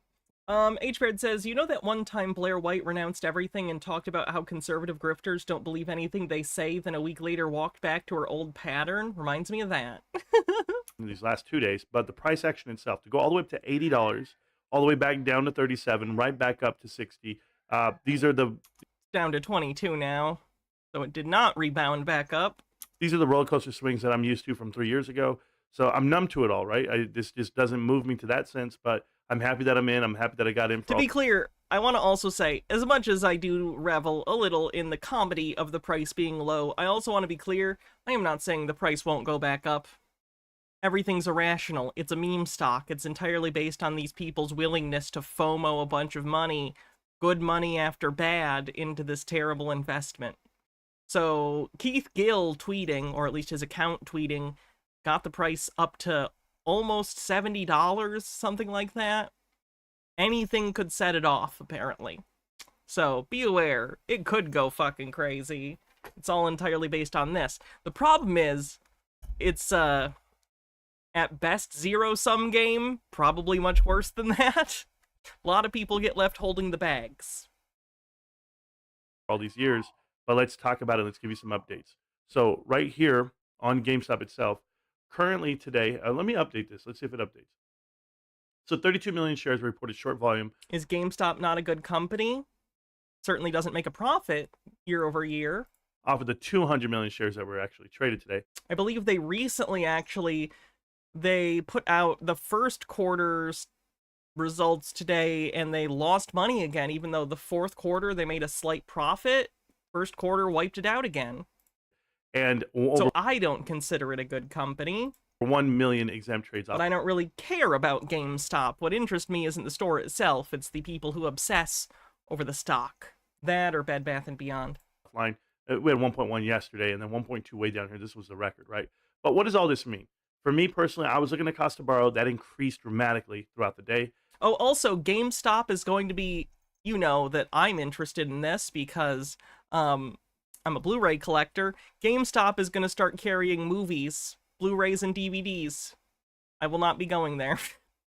But this is what we really want to pay attention to. We want to pay attention to the options chain. This is why we're calling this a gamma ramp, all the way up into a gamma squeeze, and then you will see a short squeeze, you will see margin calls, you'll see FOMO like you have all day, and all of that combined, all of it put together, that's what they call MOAS, right? The mother of all short squeezes. And this has the recipe to do that. So let's look at these numbers. Your Bed Bath & Beyond closed. Every Bed Bath & Beyond in America closed. They dwarf anything has ever happened at GameStop in the past. And I don't see them taking away the buy button just yet, but let's see what happens, right? So we started out today. Yeah, they treat their employees like shit. The trigger went through on the SSR, the short One of the reasons I'm not going to shop there. Like, I have a local Blu-ray and DVD place that's really great. They have tons of employees. It's always, like, there's always people there working. Like, the employees get paid decently. GameStop treats their employees like crap, so I don't want to buy stuff there. Came through at $27.40, but that's going to be on the new one because SSR is on right now. At $48.75 where it closed, we're already at $57.68 in the after hours right now. This is on Robinhood, and of course, we followed all the way through. So you just don't have to believe Robinhood overnight. You can also look at what happened after the market. It went up an additional like 14%, 4% on top of 60. So it's at $50.70 right now. And then we'll start in the morning when we actually wake up. I think we'll wake up like around 2 a.m. We'll watch the German markets. We'll watch the Korean markets. And then, of course, we'll watch the pre-market. Come around 4 o'clock. Do I think the meme stop people will latch on to the 99 cents only now that it's gone bankrupt? Is it a public company? I've never even heard of it. See a lot of volume hit that. I haven't heard them talk about it. At 4 o'clock, 4 a.m. But the market's on up until 6:30 a.m. This is all Pacific Standard Time. So take it all the way through to Eastern if you want to, if you're on that side of the world. But for me personally, when I look at this stock, 269,000 call contracts are in the money right now. The whole options chain is in the money.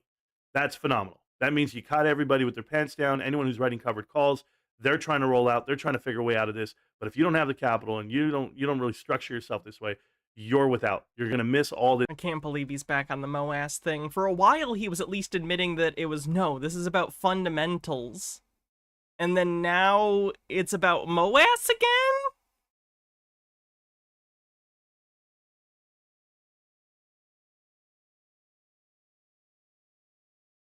I see the big candle to go next week. Remember that this was the ramp. If you don't know about this whole time frame at GameStop, it was from August all the way till December. It ramped through weeks and weeks. No longer true as of today. The bulk of the options chain was not in the money by end of day today. Okay. Options where it just kept killing the next one and the next one. So this was the gamma ramp here. This is on the weekly chart, guys. I can show you 1, 2, 3, 4, 5, 6, 7, 8, 9, 10, 11, 12, 13, 14, 15, 16, 17, 18, 19, 20. 1, 2, 3. So about 24, Kobe Bryant's number, 24 weeks of gamma just ramping. And that's what happened. 24 weeks, guys. It's not just 2 weeks of gamma. It's that much. So when you have a half a year of a gamma ramp and you go, then you see where you take off from. You take off from this new high where they just couldn't sustain the $5 mark at that point. They were betting on it to go all the way down to the ground. Right now, they've been betting on it to go all the way to the ground. But guess what, guys? You're in weeks of ramping right now, but this could last half a year of ramp. If it goes half a year, what's Based on what? Where are people getting the money to buy in? You tapped them all. Captain Squid says GameStop used to have a division called Movie Stop, and it was surprisingly awesome at the time. You could walk out with a big stack of discs for very little cash, so not surprising it went under. I suspect the new thing to suck. Probably. What kind of pressure do you think they have? This is where the longs were winning right here. This is where they actually took a victory lap.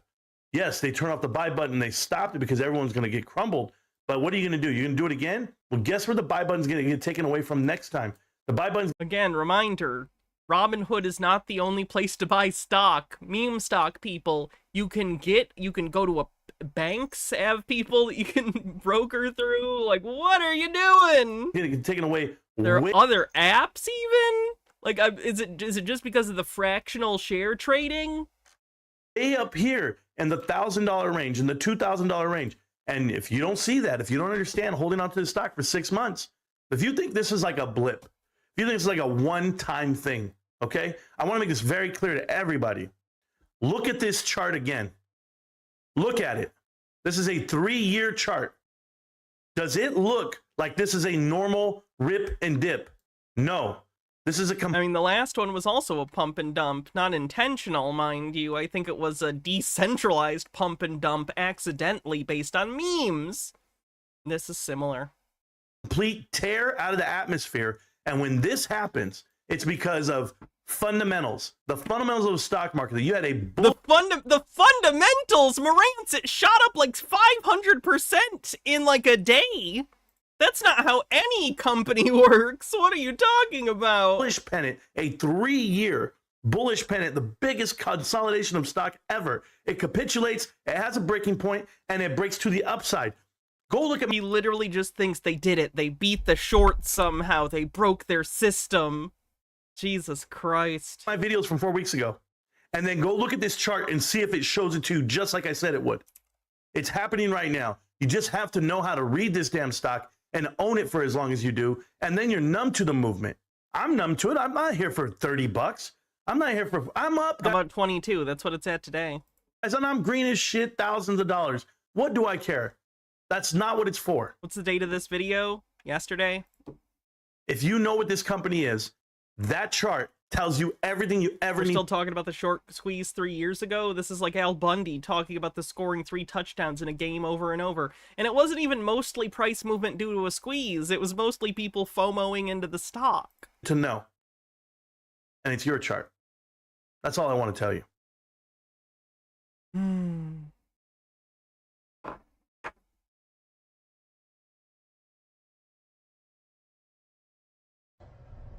Oh, fun fact. Guess what today is? Guys, it is the 3-year anniversary of the YouTube channel, so I'm so thankful for all the support. Maybe it was yesterday. For myself, for the crew, and of course for GameStop. You guys know why I own GameStop. There's numerous reasons to own the stock, but the number one reason is it gives a chance to the everyday common man like myself to lose money, just like everyone's right. battle Wall Street, to battle the hedge funds, and just to change the status quo. They've been doing the same thing for about 50 years now, manipulating markets and outcomes and manufacturing those outcomes. And all I like to do is shed a little truth on it. So I'll always tell you why I'm in GameStop and why I'm buying more, but I've been doing that for the last 3 years and I feel good about it. I also will congratulate everyone part of the crew. We did hit our 10,000th subscriber just yesterday. So one day before our 3-year anniversary. That was a pinnacle. That was a goal of mine. But hey, I want to keep growing, want to keep doing the right things here, pushing out the right info, and letting you know exactly what's coming down the pipe. So thanks again, guys, for supporting the channel the way you do. Thank you for supporting me as a content creator, and I'll keep doing my best. Marantz Rants on YouTube, Twitter, TikTok, you name it. You know where to find me. GameStop. Can't stop, won't stop. GameStop.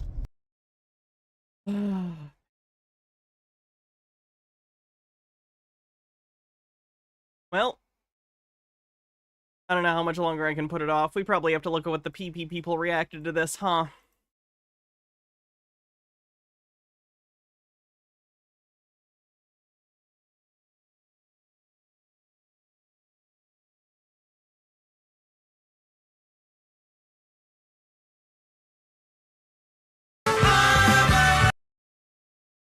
Incredibly loud.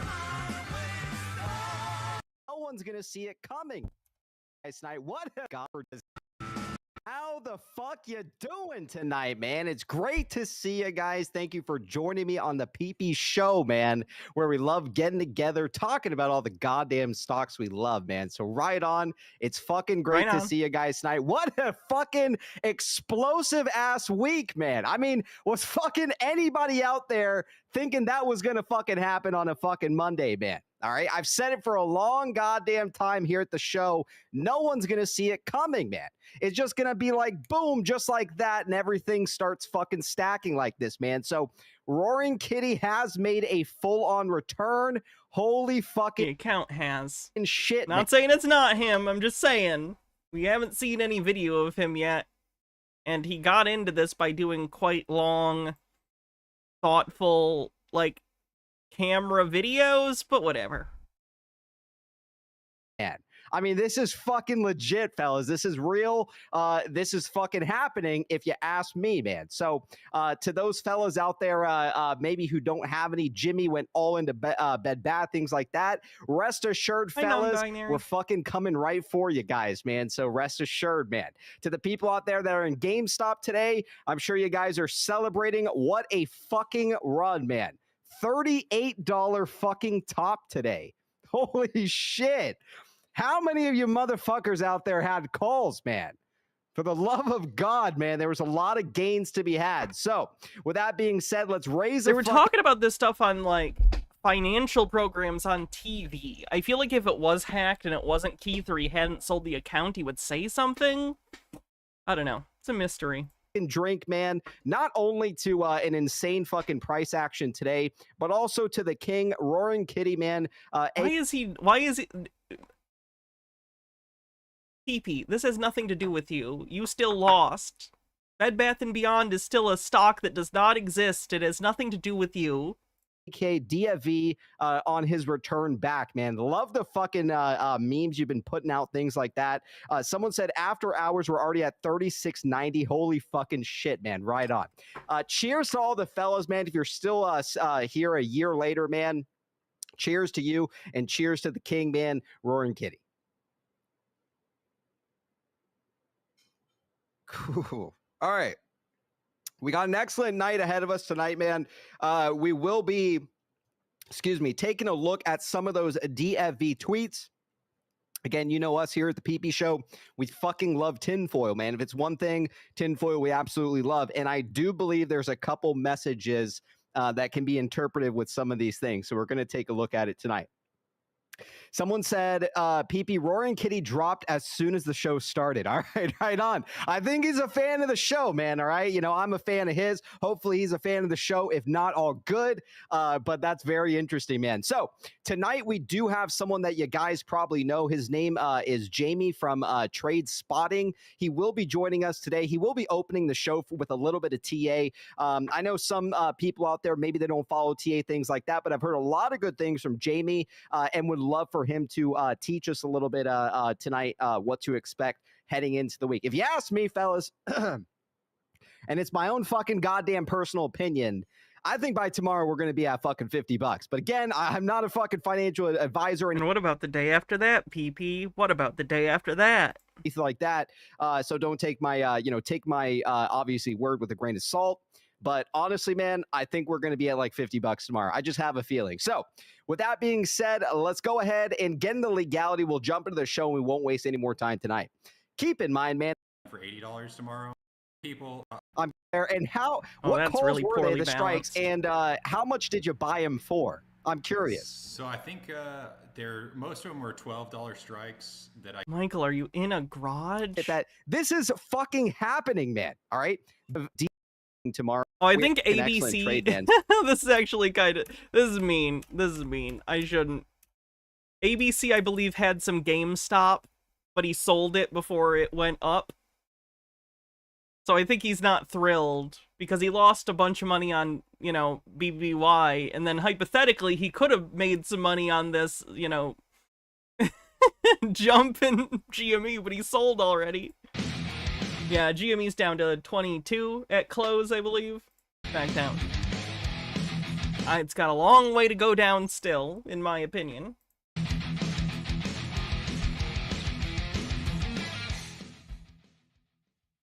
All right, what's going on? ABC, the fucking legend, man. How the fuck are we doing tonight, man? I'm certainly not a legend compared to you, Michael, and you, PP. I mean, you made a fucking crazy trade, man. I'm a little bit jealous, man. No lie. Holy shit! Like, how did he do that? 200K. I think I'm over 200K. How the fuck did Michael? How the fuck did you pull that off, man? That's a beautiful fucking trade. I literally degened and I bought 150 calls. Yes, and that sounds about right. I sold them all right before the run on Friday, like what was it, 2 Fridays ago? Like I sold most of them, and for pennies on the dollar, and I was like, "Oh my god, Michael!"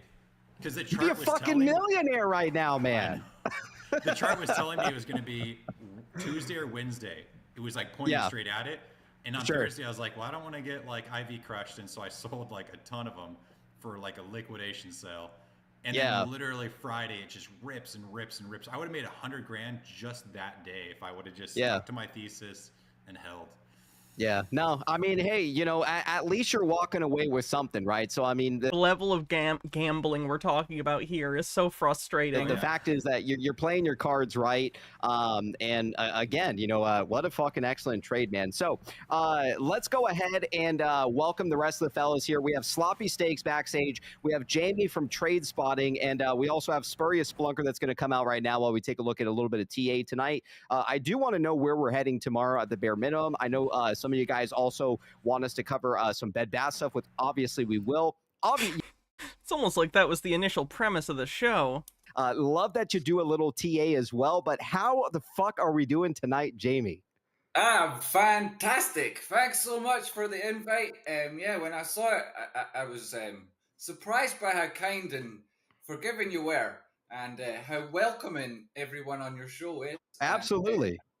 Like, I thought you try to lift people up, and I thought you shared that quality, and I'm only too happy to be here. Fantastic. Is he lagging out for you guys? Roboting a bit. Jamie, try rejoining. Try clicking the link again and rejoin. It seems like you're lagging a little bit there. All right, we got Jamie with us tonight. Jamie, let's hear it, man. You wanted to show us a little bit of TA. You can share your screen if you'd. I hate the TA. I'm skipping the TA because I don't give a shit about the fucking lines. I think also we have to realize that the announcements, there hasn't been an announcement yet, right? And I know that Ryan Cohen has things that are going to come up that are going, I mean, he knows it. We're looking at mechanical issues and other things on the chart, but like... Does PP share revenue with his regulars? Nope. Something big's going to be unveiled. All his. And I really think it's the X store. I think that GameStop's going to be the ultimate destination for both physical and digital games. Absolutely.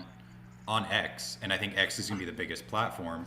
I think there's a reason why Ryan Cohen was meeting privately with Javier Milei, the president of Argentina, and so was Elon Musk, right? And so I think when that happens, I mean, we're here pre-announcement, right? So it's the best time to be alive. Yeah, right on. Right on. Jamie, go ahead, man, to finish your thought there. Sorry, we were probably just getting a little bit of lag there. My bad. Yeah, all the way over here in Scotland. It's likely my fault. Thanks very much. Sorry to interrupt and leave and depart and return in a stuttered way. Yeah, I think No, you're right. it's okay, man. Sometimes there's issues. It's not a problem at all. Cheers. So it's like a little bit of Rory Kitty being back involved, which we all really appreciate. It's that sense of, we're all trying to achieve something together, which attracts more people to it. And what they always go on about, like, we're achieving something, we're fighting, we're in a battle. You bought a stock. You pushed a buy button and spent money, and then you just talk about it. That's not a struggle. That is not a battle. You're not in this together. You all bought the same stock. Those people M. Scheffler, thanks for a 5-stream streak. Already involved increase their position.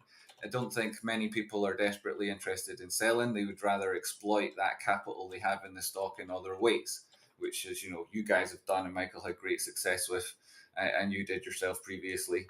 Congratulations. So that sort of thing, people are looking to make, money in different ways than necessarily divest in what they own. And that's one of the strengths GameStop has. Yes, you're also right that the institutions are not going to be railroaded by retail. They're going to want to be on the right side of this trade. So institutions are going to be on our side because it's definitely that kind of competition.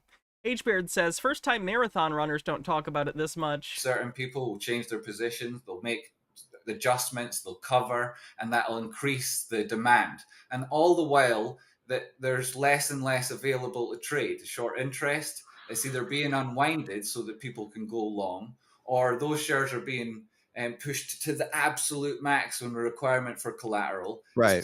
People having to close out at horrible levels, and those closes drive it up more. Those closes from short positions as they're... Why does he have this in the worst position where no one is the focus of attention and it's just the logo? This is terrible production. Buying positions at resistance, which pushes the price higher and then stabs their mates in the back, who then have to close their position and go long. So, institutions need to get ahead of that. It's funny that sometimes they talk about institutional investors as if they're one solid block, all being dictated, all being controlled by Ken Griffith, but in this scenario, it's a prisoner's dilemma while they're fighting against each other to see who gets out first.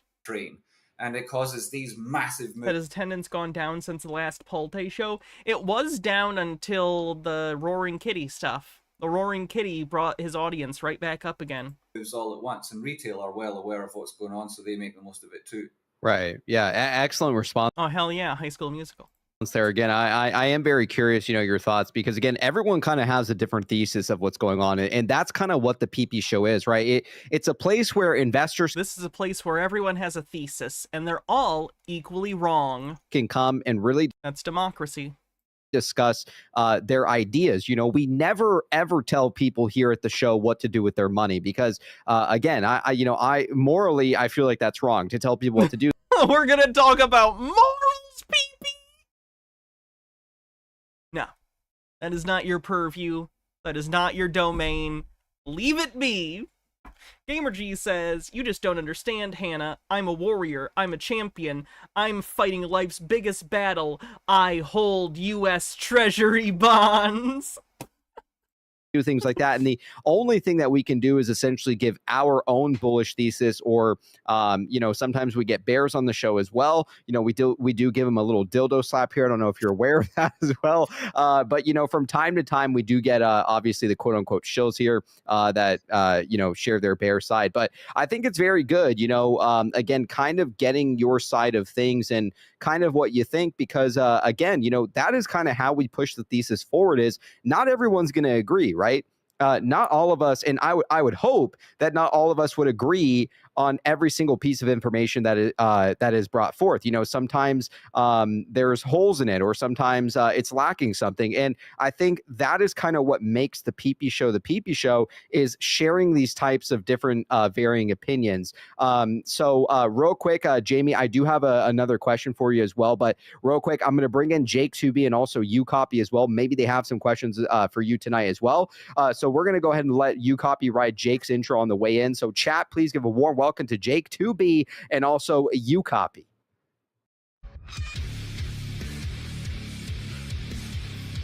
Creepy deep fake AI intros. Ugh.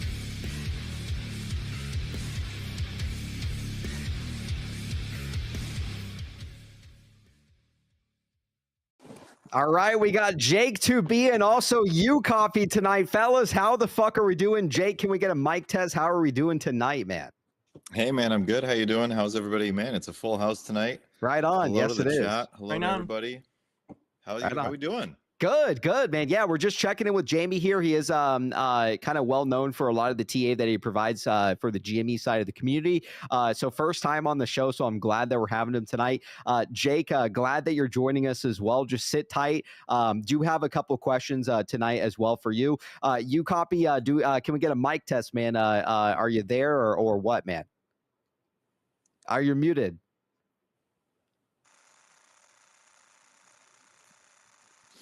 We still can't hear you.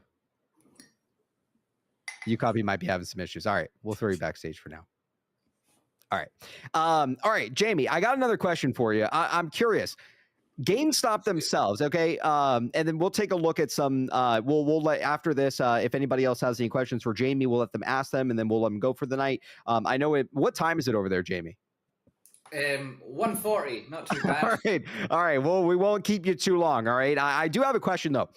A lot of us are original GameStop investors, right? We kind of followed Ryan Cohen into this Bed Bath & Beyond because, we believe that he is a true activist investor, right? He comes in, he makes these investments in companies. Like as we see with GameStop, he's fully essentially turned it around. No, he hasn't. What are you talking? The delusional world these people live in where Ryan Cohen has somehow fixed GameStop. The company still is losing money as per what they put out today. The company's revenues continue to shrink quarter over quarter. This is not good. H-Baird says, Jake 2B or not Jake 2B, whether it is nobler in the mind to suffer the slings and arrows of stock market fluctuations or take stock of your positions and by selling, end them. Not only are they that's good. profitable as their last earnings call, they are heading to optimal profitability, in my opinion. I think the company's doing great under the leadership with Ryan Cohen and some of the board members that are on that board with them. I am curious. There's been a lot of talk, Jamie, about possible acquisitions, right? Possible mergers. And what we believe here at the Bed Bath community is that we think that Ryan Cohen is very much still involved. There's nothing to be involved in. There's no Bed Bath & Beyond. It doesn't exist.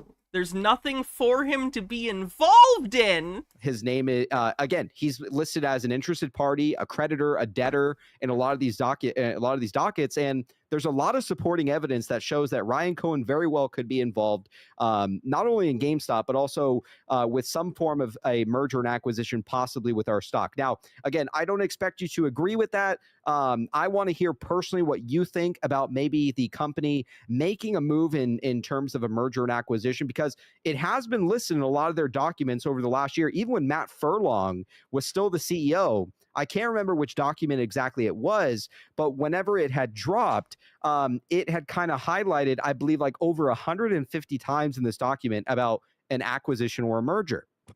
What are your thoughts personally, Jamie? Do you think that the CEO there, Ryan Cohen, is honing in and kind of aiming in to perform some form of a merger and acquisition with the company? Again, it doesn't have to be involved. A merger with GameStop? Bed Bath & Beyond, which no longer exists, has no stores or inventory or brand name, is going to merge with GameStop for no discernible reason. With us, if that's not what you believe, that's fine. I'm just curious what your thoughts are, if that is something that we could potentially be looking forward to. Reminder that, like I said, they don't have the store locations anymore. They're gone. They don't have merchandise anymore. It's gone. They sold the brand Bed Bath & Beyond to Overstock.com. There is nothing left. It's not even a hollowed out idea. It just doesn't exist. It's vaporous. Yeah, I think that GameStop and Ryan Cohen are positioning themselves to make investments in other companies. I think that the permissions they were given to trade equities, securities, bonds, and so on is clearly a very good opportunity. The central thesis there is GameStop making an acquisition. Now, the way I look at it is that the biggest criticism of GameStop is that they are stuck in brick and mortar stores and they're not able to take advantage of the digital marketplace. Sure, and the primary thing that they sell is sold much more easily and often cheaply by the companies that sell them through the digital stores, whether it's Steam or Xbox Marketplace or the PlayStation Marketplace. As their competitors or people who, target the same addressable market. And so I would say, as an investor in GameStop, that I want my absolute best player up front scoring the goals. I want every time everyone gets the ball, that the rule is you pass it to this guy and he scores the fucking goal.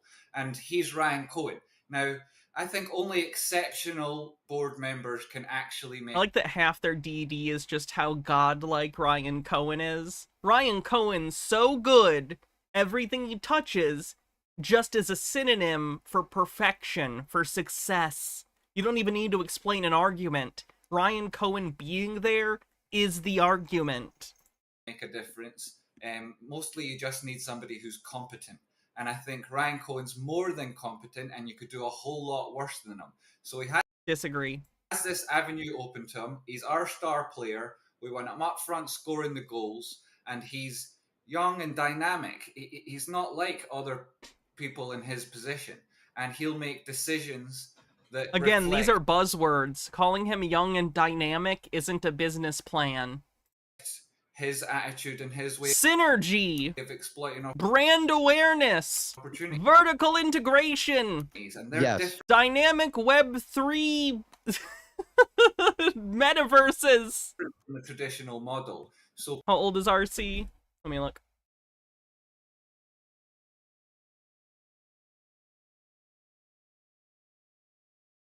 Let's see. It looks like he's 38. Looks like he's about 38. People who say that you're crazy because yeah, I hear that all the time. It's clearly there's a logic to what he's doing, and we want him in the best position. So that's what you're looking for: strategic acquisitions to exploit opportunities, increase the GameStop's addressable ability to get to the addressable market, and so much of it being digital downloads means that it doesn't have to be that GameStop acquire a company that buy or sell computer games, nor does it have to be that they acquire any company that does any particular purpose. It can be that it's just boosting their own underlying investments in securities. You see the same thing happen in the strategy in the way that they use Bitcoin as part of their treasury. Sure. So, especially with the way that the system works at the minute, a really good purchase is because you're getting such a high rate of return for zero risk. But in future, when that rate cut happens, and potentially there's two ahead of the November elections, that means that the relative opportunity increases in equities because you're getting a passive return and you're getting capital appreciation as opposed to this risk of investing in bonds. And that's when GameStop will strike, not before then, but when that opportunity arises. And I feel like the point that you're talking about your company not making money off of its actual business purpose, but by investing in other profitable companies and securities, I think you've already lost the plot. You're just reinventing some kind of like index fund or something, or a mutual fund. You're just reinventing a hedge fund. If all you're doing is buying into this company that buys into a variety of other companies, you're not really invested in GameStop anymore. You're invested in the companies GameStop's invested in, and in that case, you could just cut out the middleman and just invest in those companies that are fine. Doesn't make a lot of sense. What's Ryan Cohen here for? And then the context of that investment will depend on Ryan Cohen's overall vision. Of course.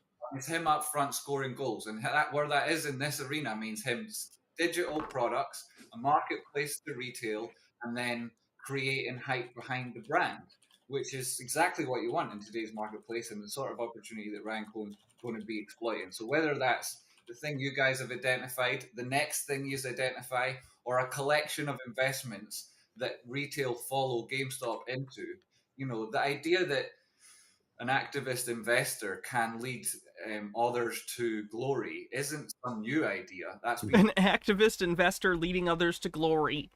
You're trying to make money on the stock market, not conquer a nation? Let's take the rhetoric down. And over and over and over again. And another guy you admire in Carl Icahn, he does something not widely dissimilar, exploiting inefficiencies in the markets, making the most of arbitrage opportunities, and then creating his own narrative. And that's what everybody here is trying to do. So, like, those people who want to bring you down, they're going to want to do that anyway. It doesn't make them an expert, it makes them a cynic. And there's a lot of opportunity to be cynical nowadays. And there's a lot of people who take that opportunity. You could be a cynic and an expert. They're not mutually exclusive. When they should be looking at the things you guys identify and talking about that. H-Baird with a link.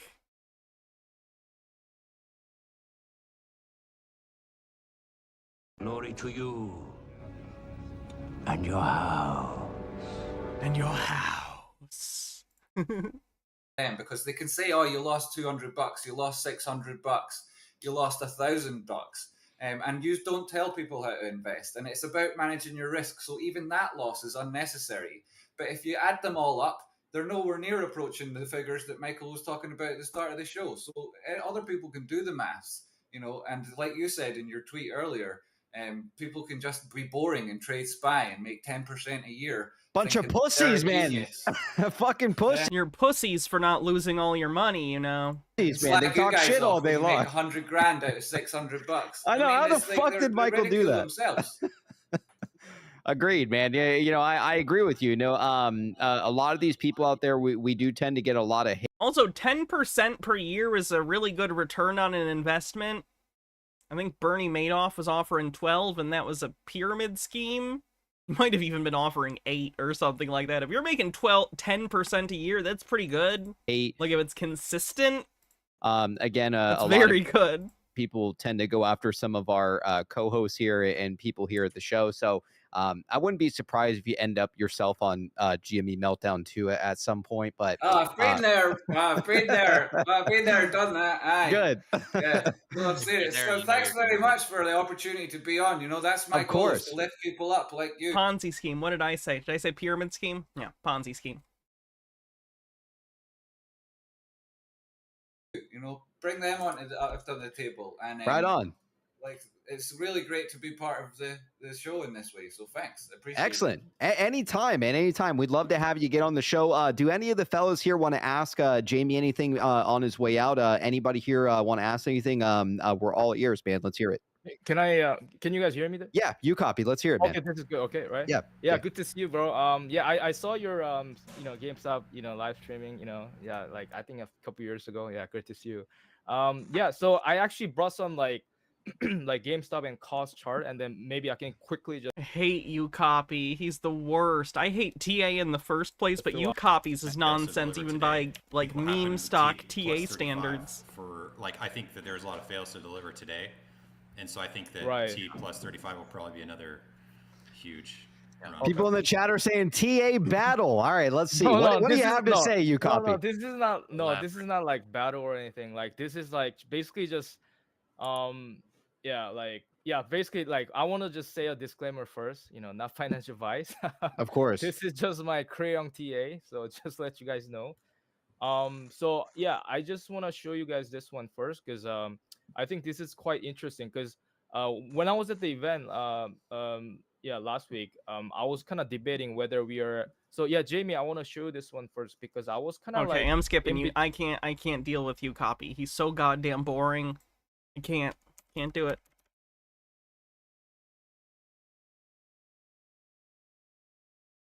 $1,500 people in here tuning in. 1,600 people in here tuning in tonight.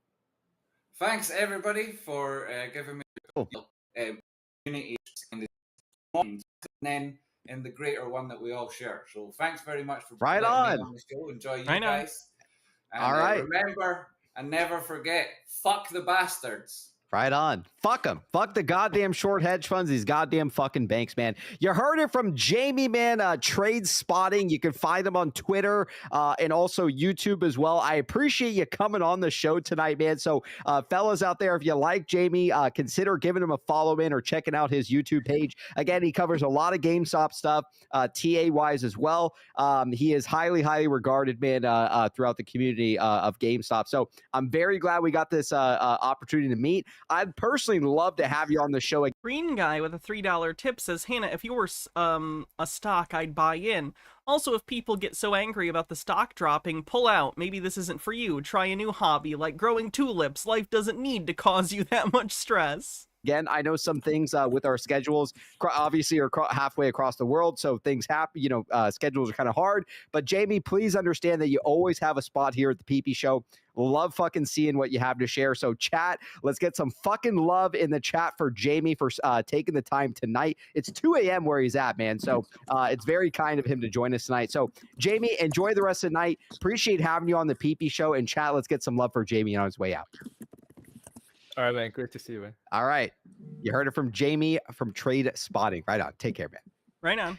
What an excellent guy, man. Again, I think that it's very important that, we kind of interact with a lot of these guys that are, that are only like hardcore GME as well, because, fellas, we're invested in like the same fucking stocks. Some people out there don't have any GameStop because they've all gone into Bed Bath. That's totally fine. But, I don't have any Bed Bath either. The thing is that if the only stocks you owned are GameStop and Bed Bath & Beyond, you only own GameStop. If the only stocks you owned were Bed Bath & Beyond, you own no stocks.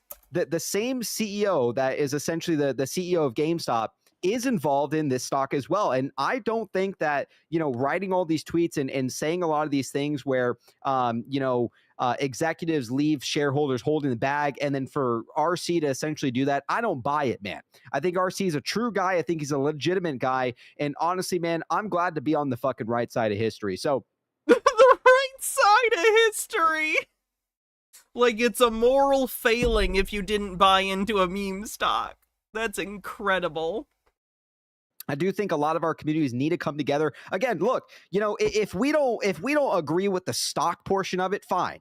But we can agree on one fucking thing, fellas, and that is that we are the working. What do they even think is happening with Bed Bath & Beyond at this point?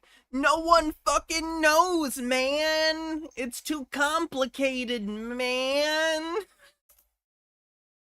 Fucking retail. Why did I make my voice higher and nasalier for PP when I think he has a deeper voice than me?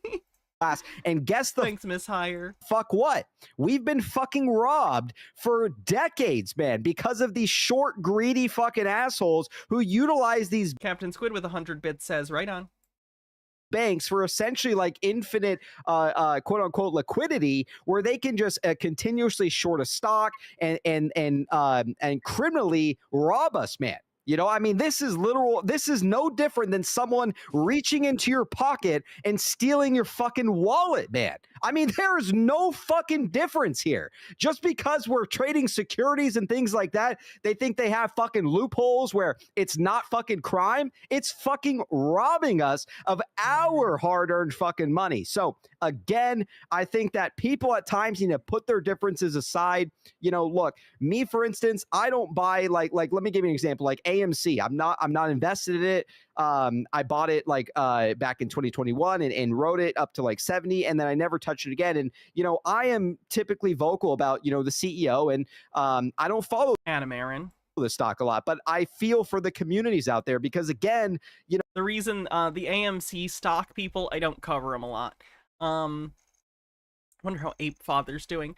Adam Aaron, the CEO, has sold a bunch of stock, which is diluted the AMC people. The same thing that GameStop is now going to do. They're going to be diluting their stock as well by selling more.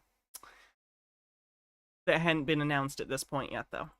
That's why they hate Adam Aaron, is they consider him against retail sellers. Want to be robbed. Because if you dilute the stock, the price goes down because you're increasing the supply into the market. By these fucking short hedge funds and some of these corrupt executives that are on boards, the same way with Bed Bath & Beyond. So I do think that the common denominator that we all share across every fucking stock out there, man, is that essentially there are short hedge funds and these banks that want to fucking steal. It annoys me that they say short hedge funds too. There are hedge funds. Hedge funds have long and short positions. I don't know if there's a fund out there that only does short selling. Or money, man. That wouldn't be like, you're supposed to be hedging your bets, basically. If you're short on everything, you haven't really hedged, have you? So I do think that at times we need to get together and have these types of discussions because it is beneficial to all of us, man, as retail shareholders. So with that being said, loved having Jamie on the show tonight. I know Mike Hands is with us. Mike Hands, can we get a mic test? We're going to take it to Jake here, but let me just get a mic test real quick. Can we hear you? 1 2 1 2. What's up? Mic test 1 2. Right hands. on. There's that beautiful fucking voice that I remember, man. Right on. There Good to you see you, are. Mike Hands. Let's take it over to Jake tonight. And in just a moment, we will take a look at Roaring Kitty's post that he made right before the PP show started. I am curious, and we will be diving into a lot of those tweets tonight. Again, we love the goddamn tinfoil here at the PP show. Jake, what do you have for us, man? The last time we spoke was, I believe we were going over the HBC lawsuit with Bed Bath & Beyond. Now, as we know, Ryan Cohen himself is under litigation with a 16B. His lawsuit has not really moved or been really updated, I believe, for a couple months now. And now we're seeing HBC sued for the same thing, a 16B. For those of you out there who are tuning in for the first time, essentially a 16B violation is when an entity or someone has a certain amount of stock who is considered an insider, and they make a sell or a trade within a 6-month period. But they had no idea what was going on. Sorry, I'm already getting sick of PP. On $3 billion in cash in a 6% inflation. My ADHD's been terrible lately. Get some form of equity in GameStop itself. Could be wrong. Maybe it could be IP. I don't know. When it comes to Carl Icahn, we have Carl Icahn as the next one. Look, the last 3 months, this fucking stock for IEP has been consolidating for a long time. We saw a dates on like what you guys are up to. Okay, I'm going to another channel. I'm already tired of the write-ons.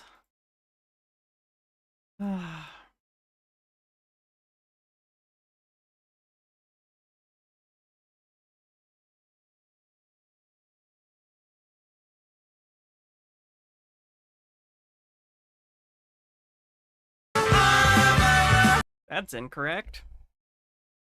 Sorry, I don't think that copied. Here we go. It's not financial advice, not legal advice, for entertainment and educational purposes only, and anything I say is my opinion. Please don't make any financial decision based on anything I say in these videos. That being said, hit the like button, subscribe button, all that YouTube algorithm stuff so you get the videos I put them out. See what I'm thinking, see me analyzing that data. But like I tell every day, the data they release us is false. I'm going to give us a false narrative of the market so we can make bad trading decisions. Well, ladies and gentlemen, GameStop is tanking. And the reason why it's tanking, one of the reasons why it's tanking, of course, it's the bad actors making sure that the stock to debt, double downing on the criminality. They're moving the buy. Again, they think every single time the stock goes down, it's because of short selling. Not just people selling, short selling. Orders onto the dog pools and the sell orders onto the lit exchange. That's what they're doing.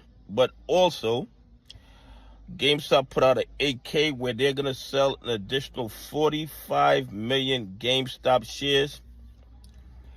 I guess they want to jump in and get some of that money before the bad actors tank it back down or push it back down with their illegal activities. And also, they did not even saying alleged. He's just positive that there's illegal activity going on. Stocks never go down unless there's illegal activity. Preliminary release of earnings, and they're down about maybe 20 or 30% from the same period last year. So I think it was like $1.4 billion that they made, and they're down to like 841 million or something like that. I don't have the exact numbers, but I know it's like 1.4 billion to 841 million. But the bottom line is this, and this is just my opinion. I'm not telling you to buy, hold, or sell GME. I'm waiting for it to drop, and then I'm going to buy some more leaps. Okay? I'm going to buy some more leaps because as far as I'm concerned, GME naked shorters did not cover their short positions. All they're gonna do is that's what they're doing right now, pushing the price down. They're creating more counterfeit GME shorts, in my opinion. And as soon as it's not even opinion, like he's just saying it. It's like a mantra at this point. Price goes down. Naked short sellers. Price goes up. Price discovery. Correct. Price goes down. Crime. Price goes up. Good. Frustrating. Hydrate. It's also frustrating that when I get frustrated and my head shakes, there's a jingly bell noise. That's not great. How am I supposed to be taken seriously like this? When I feel it has bottomed, when I feel it is GameStop can never fail, it can only be failed. That's a good way to put it. Down enough, I will buy some more leaps and hold them till these bad actors are forced to close out their GME short positions. These bad actors keep adding more shorts and more shorts and more shorts. And they're counterfeit. They might get some real ones today because of the $45 million drop. But if you look at the probably billions of counterfeit GME shares that they have. There's no evidence of counterfeit shares. This is like the heat lamp theory, which is, again, just speculative nonsense. Created and shorted into the market, 45 million isn't gonna do anything, in my opinion. And I'm not telling you to buy, hold, or sell GME. I'm not telling you to buy, hold, or sell any GME call options. Oh, I knew someone was going to ask what heat lamp theory is. Why would you ask? It's complicated to explain, but basically it's a metaphor about hamburgers under a heat lamp. All you need to know is that it's a conspiracy in which they think companies are creating, or hedge funds rather, are creating fake shares to do naked short selling. They're not. There's not evidence of it. I'm just telling you this. GME is moving, is releasing 45 million more shares. GME's revenue is down like 20%. Probably a little bit more than 20%. Probably more than 20%. But the naked shorters have not closed their positions. So until I see some evidence of the naked shorters close... You never needed evidence that the naked shorts existed. Why do you need evidence they closed? ...in their positions, I will wait till they push it down illegally. I will buy some leaps. And then I will sit back and wait for it to go back up. Anyway, please leave some comments. Tell me what you think. Do you think that the AMC prices drop? I mean, the AMC stuck in my head. That the GME price is dropping because these bad actors are still doubling down on the criminality, or because of the AK filing, releasing 45 million new shares. Anyway, have a great day. God bless, and I appreciate y'all on this journey with me. This guy posts constantly, by the way. This is not He's funny. posted so much in the past few days. 1, 2, 3, 4, 5, 6, 7, 8, 9, 10, 11. Looks like he did about 10 videos in the last 24 hours. Sheesh.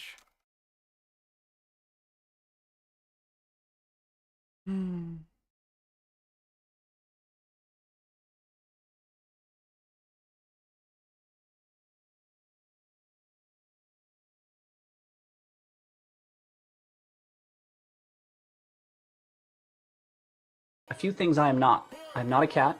I am not an institutional investor, nor am I a hedge fund. As for me, I like the stock.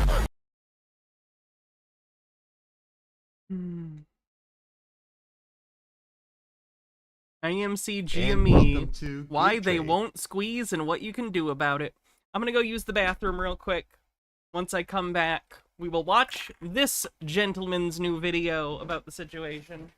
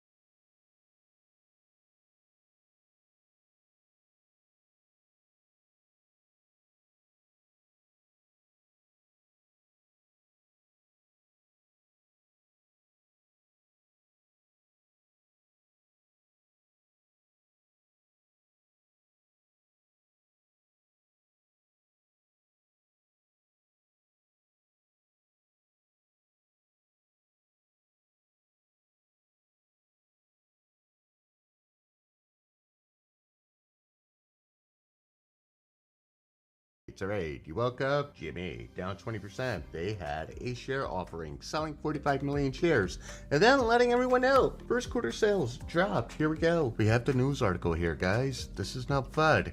Can't call it FUD if you see that the stock price reacted to it. I'm targeting the GME fan base and the AMC fan base. Let's really talk about this for a second. Oh, good. Is he trying to warn them? That's actually wonderful. I could use a voice of reason if he's gonna tell them that it's not Moass. And so GameStop, Chair's being mean to you again? Did you deserve it? a niche video game retailer, I'm sorry. Chair's very mean. They get it from me. dependent on the video game industry, and the video game industry has not been so hot. We're all waiting for Grand Theft Auto 5 or 6. 6 where I've been. Alzheimer's, yeah. And then of course you got AMC, and AMC, being an exhibition business, is dependent on the Hollywood industry. Are they pumping out movies? No. I mean, you had the strike, you had a lot of complications over on the Hollywood side, and you have consumers and their taste is changing. They rather Netflix and chill, literally. And so when you think about what the experience is like going to the movies and having to spend $80 between 2 tickets, a hot dog, a water, yeah, you got to pay for napkins too. It gets too expensive, especially. Wait, you have to pay for napkins at the movie theater at AMC? He's got to be joking, I assume. That's hyperbole to make a point. With the American public. I know some of you will argue, well, this is a squeeze play, and we're talking about squeeze plays, and of course it's easy to jump on that narrative when you got some guy named Roaring Kitty just coming out of nowhere and posting videos and memes and saying nothing with something or something with nothing to have meaning. Makes absolutely no sense. Let's get back to AMC and Jamie, and let's look at the chart, and let me explain to you guys something. There's absolutely no hate towards the company. I'm a trader. I see opportunity, I take it. The squeeze narrative, for those who are saying, well, Keith, 2-3 years ago you had a squeeze narrative. I absolutely did. And then I changed and I pivoted. Something you ought to learn to do in the stock market. Ideas change, thesis changes, you pivot. Not Oh my god, he changed his mind too. It's a miracle. gonna hold on to a toxic marriage if she's taking all my fucking money. We have GME trending down, market open, currently trading at 2067. Now let's go to the daily and let's look at what happened here. So This is unironically refreshing. Like, this is mentally soothing me, just listening to someone talk about this in a way that isn't batshit insane. on the And isn't smug. daily, my system alerted me on April 24th, hey, we have some action going on. We break the 200. I get the irony, I ooze smugness. But and we rock. it doesn't mean I want to listen to it. I don't even listen to myself talk half the time. I tune in halfway through a conversation and be like, what am I saying? Now, my trailing stop system, Titan AI, told me exactly where to put my stop to protect me, right? After all, if you got the alert at 10 and you're up to 44, that's a 400% return. The greedy ones got as high as about $80 pre-market, okay? Let's get on over to AMC because AMC shows a lot of the same thing here. AMC just runs in sympathy. Now, we got the alert here on April 18th. The alert, we had a shift in momentum, a pivot in momentum, and then we come all the way up to 1231 at or about, actually, we break the 200 EMA and get as high as 1330. Of course, I said, watch for the rejection. Titan AI eerily gets us to 804, the Battle of 801. You guys remember that? The Battle of 801. Feel proud. You were there. So was I. Not anymore. This here would have protected you should you have decided to begin buying in, okay?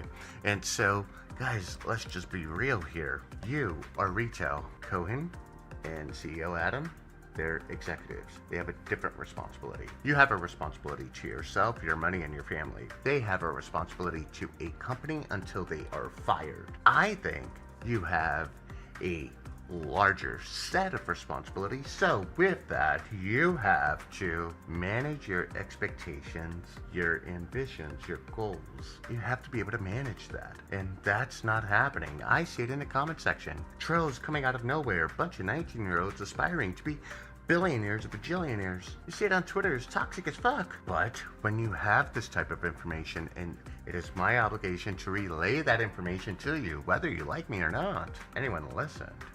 and they were able to make money in these oscillations here.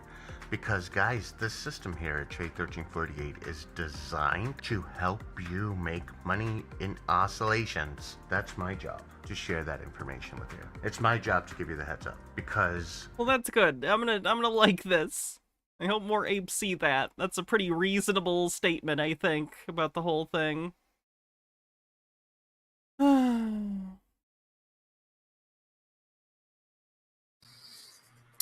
Hey everybody, how you doing? It's Uncle Bruce here from Stock Markets with Bruce. Thanks for joining me on this video. Today's date is Friday, May the 17th, 2024, and we've just had one hell of a week. We've just had one heck of a 2-week period here for GameStop shares. I wanted to bring you my perspective on what's going on. People ask me all the time. I'm live every day, 8:30 in the morning when markets are open until 10:30, giving you my opinion on what I think is happening in plain English in the markets. And people have been asking me like crazy, what is the deal with GameStop? Is it all over? Is this stock going to do more? What's the deal with GameStop? Boom, ba-doom, boom, boom, boom, boom, boom. What's happening? So let me kind of give you a little info. And also, I want to fill you in on what Wall Street might not be telling you. You all know what Wall Street is telling you. It's kind of like dumb money all over again. The 2021 episode where GameStop went from June 2020, $4.80 when I did a video on this company with a huge short position, all the way up to 400 something a share in January, February of 2021, and then back down and up and down and up. The boys on Wall Street, the girls on Wall Street, they're just repeating the same old mantra to all of you out there because they're lazy. They're not getting into the details. They don't want to get into the minutia. They can't go to analysts to ask what's going on with GameStop. Why? There are only 2 analysts that follow the stock. I mean, there's no analyst to go to. Partially the company's fault because GameStop is very secretive. In any event, what Wall Street is saying to the world, if you care to listen to these guys, and many media outlets quote these people, they don't do any of their own research. You probably do your own research. Know that. They're saying it's dumb money part 2. All it is Roaring Kitty making some kind of a tweet somewhere of a guy leaning forward and studying something, and there's your sign that something big is going on. Very lazy and ignorant kind of a recap. Now, today was a major day in the history of the company, and perhaps going forward, this could be one of the most important days we have seen in GameStop's history from here forward. This could be something really interesting. What the company did before the market opened during the pre-market trading session, the company came out with a couple of filings with the SEC. And over at Grapevine, Texas, they're sitting there going, wow, our share sure took a shot this week. They were $10 a share 3 weeks ago. Then they got up to that 15, 16 level, which is, kind of nice to see the stock back to that level. That reminds us of the old days. If you multiply these prices times 4 before the split, $15 a share is $60. $20 a share is $80. It's kind of nice to see the stock a little higher. And then the shares, of course, ran up to the 20 range, the 25 range, the 40 range. And this week, in one of the pre-markets, I think we even touched $80 a share for like that long. That's $320 going back. Just to remind yourself, that's what GameStop did this week.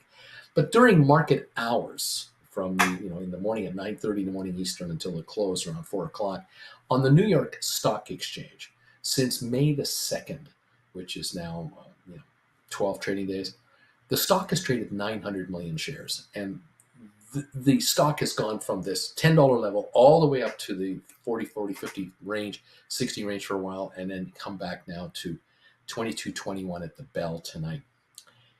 And the company this morning came out with a couple of SEC filings.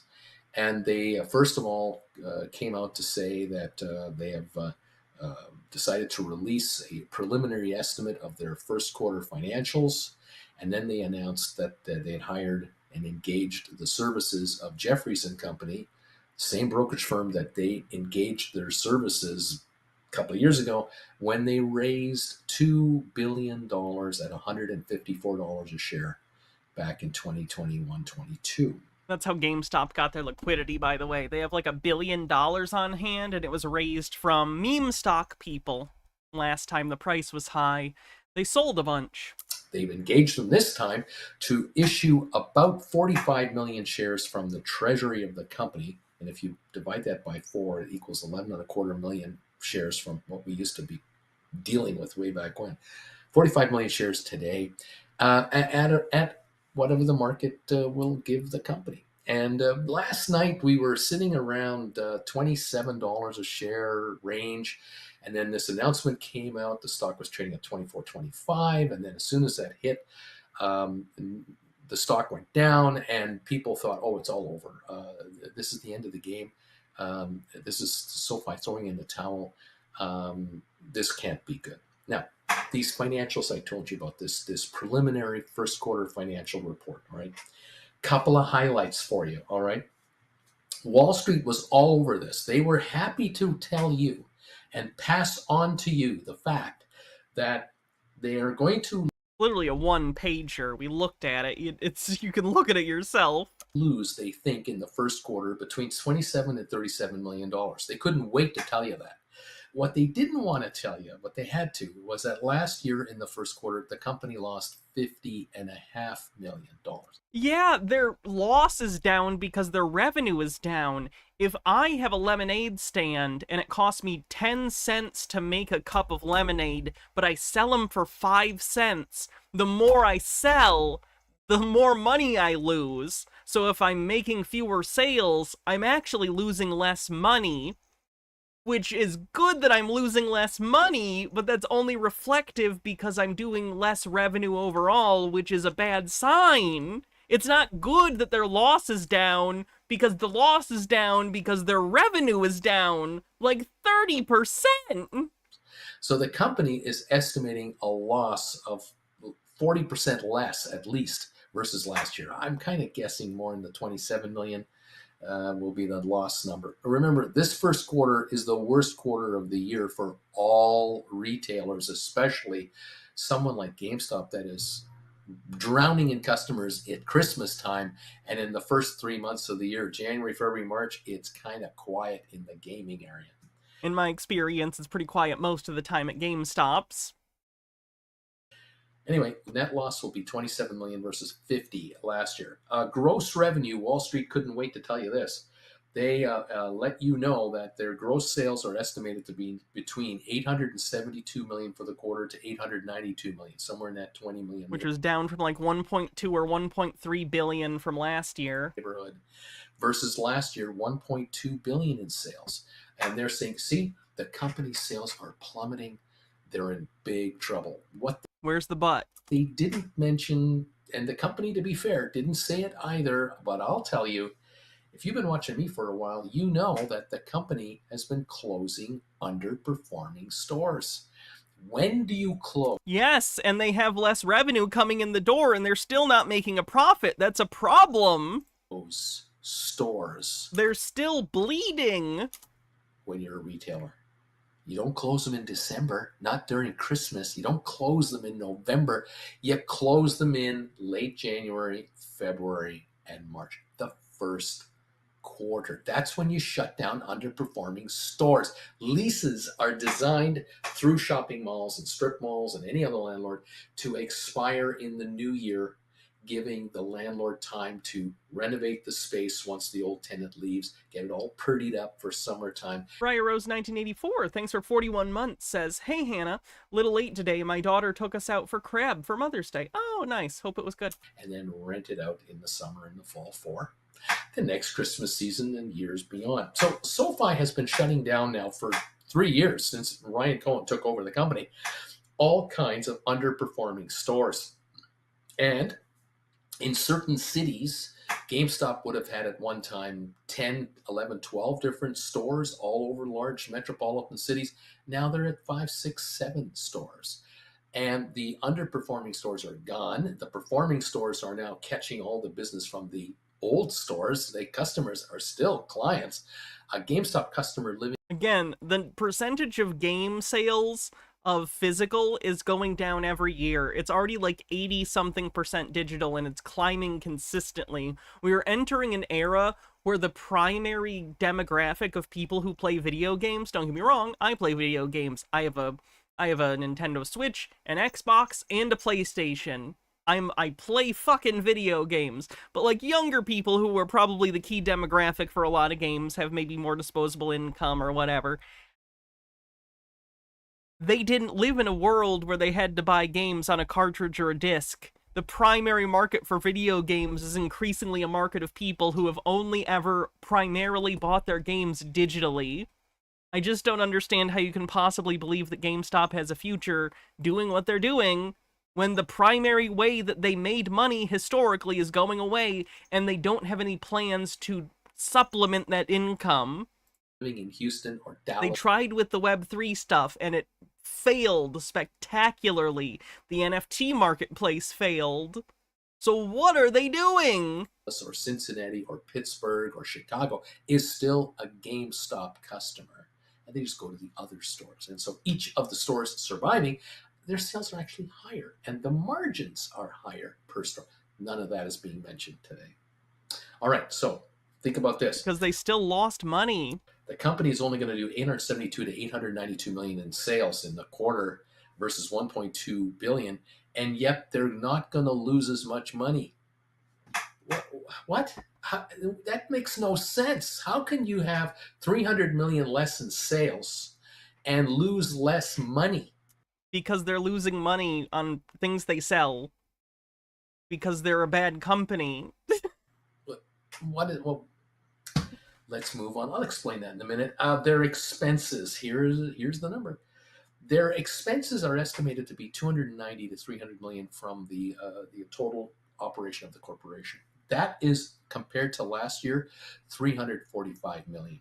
In effect, because they've shut down a high number of underperformers, they're just shutting these down, their costs of being in business is 50 million less this quarter. Yes, and they still lost money! Okay, I'm done with him. He's just pointing things out, and then ignoring that even on top of all of these things, they lost money.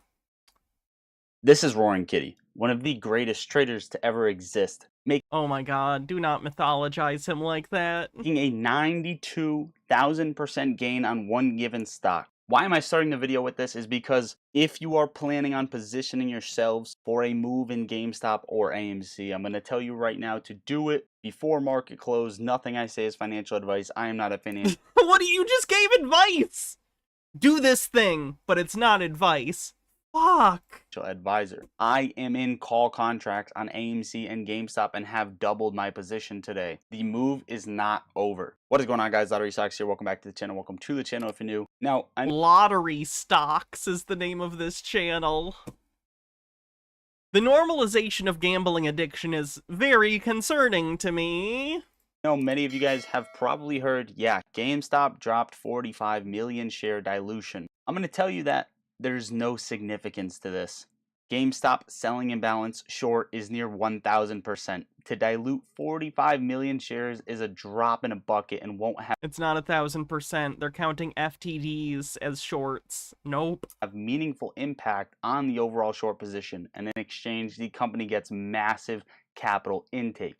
GameStop will shine. That's right, GameStop can raise around $1 billion at these prices. Hard to argue not to do it. Shares are trading all over the place in pre-market, bouncing around between 22 failures to deliver. It's a whole thing. and $31. Let's just know it's a relatively normal mechanic that happens in the market, and they use it as evidence, and they're wrong. GameStop made an alright move here, I'm not gonna lie. AMC already diluted twice on these runs. Does that mean the run is over? Absolutely not. Now I got something really exciting that I'm going to talk about in the middle of the video that I've been excited about for a very long time. But I want to cover what's happening really quick with AMC and GameStop, my take before we start the week. the data that just came out and was reported on it, and who is shorting these stocks, because short sellers are fighting back. We saw over a 60% decline in 2 days on GameStop and AMC. So without further ado, like the video, subscribe to the channel. Yeah, that would be people cashing out their profit, which is what you do if you actually know how the market works.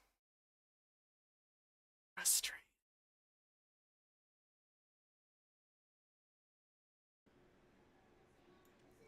Welcome back, ladies and gentlemen. We are here to watch some incredible short selling happen today. AMC, GameStop. Again, anytime the price goes down, must be short sales. Sorry. I'm really tired for some reason. Maybe it's dealing with all of this, I don't know. With AMC stock back down and GameStop back down as well, it seems as though this meme stock rally may be over.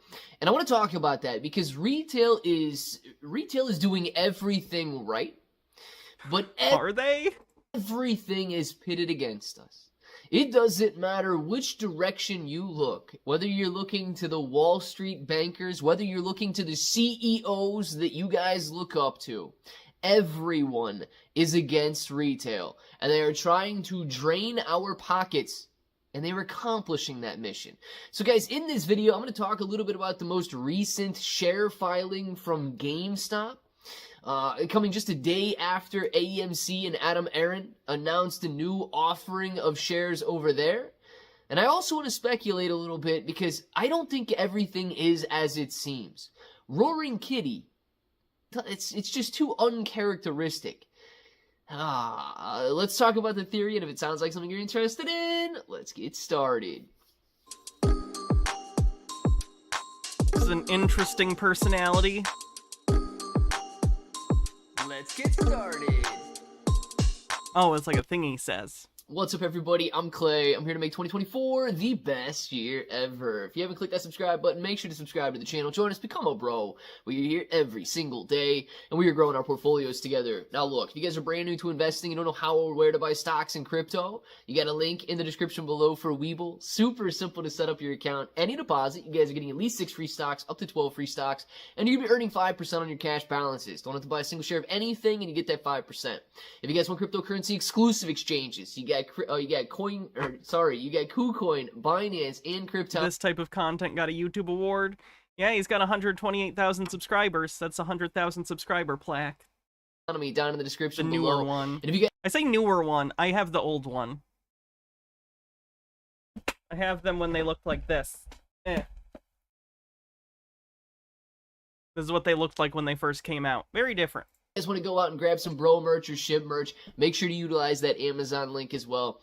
But I want to jump into this, okay? Because I have a theory right now, and it is speculation. Nothing has been proven to this, and nobody is, I'm sure... This guy closes his eyes more than someone auditioning for American Idol. See, that's a funny joke. ...going to look into it, because all of the billionaires are getting richer, and all of retail is getting drained.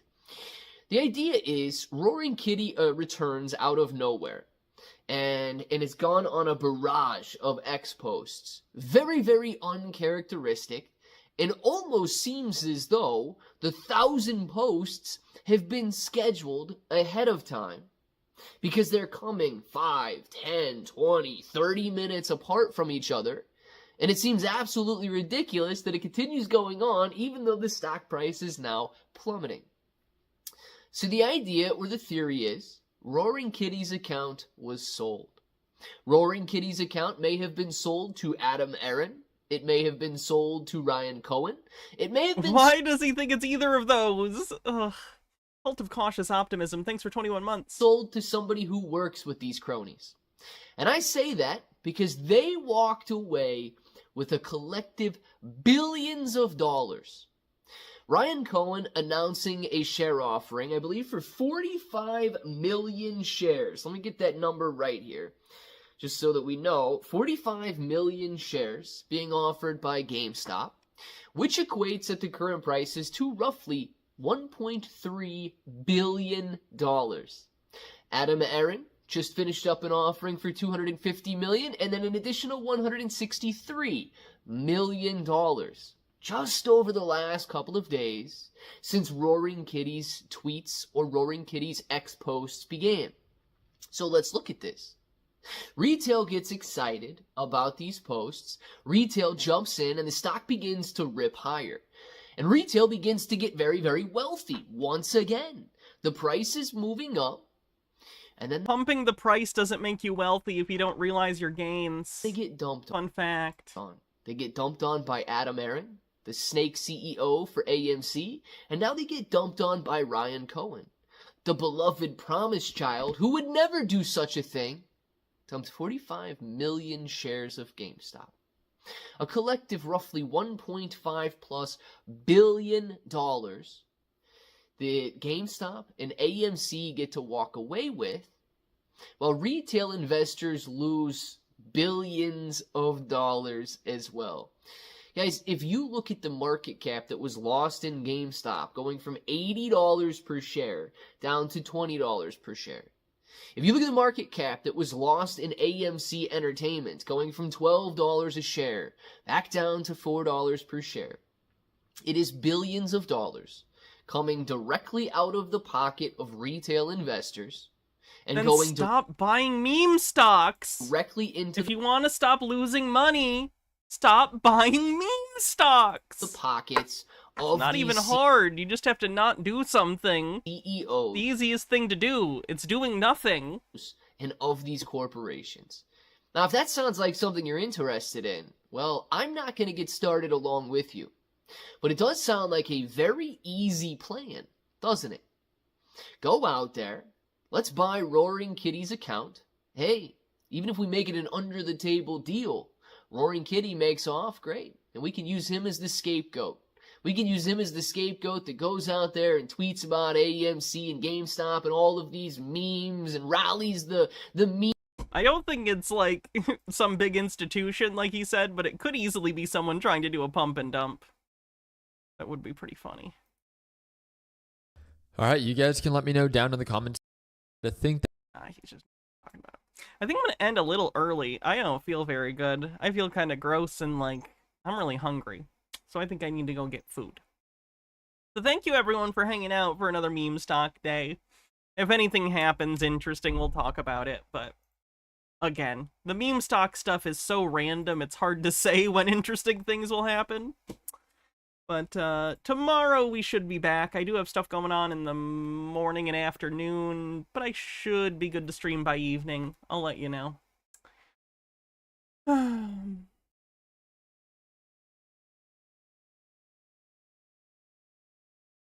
Vest Demon, thanks for 200 bits. Appreciate it.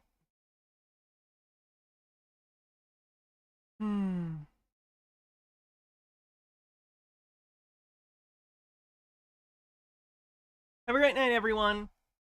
I will see you soon. And we will have other things to talk about. Sorry, I'm really tired suddenly. Jesus. Adios.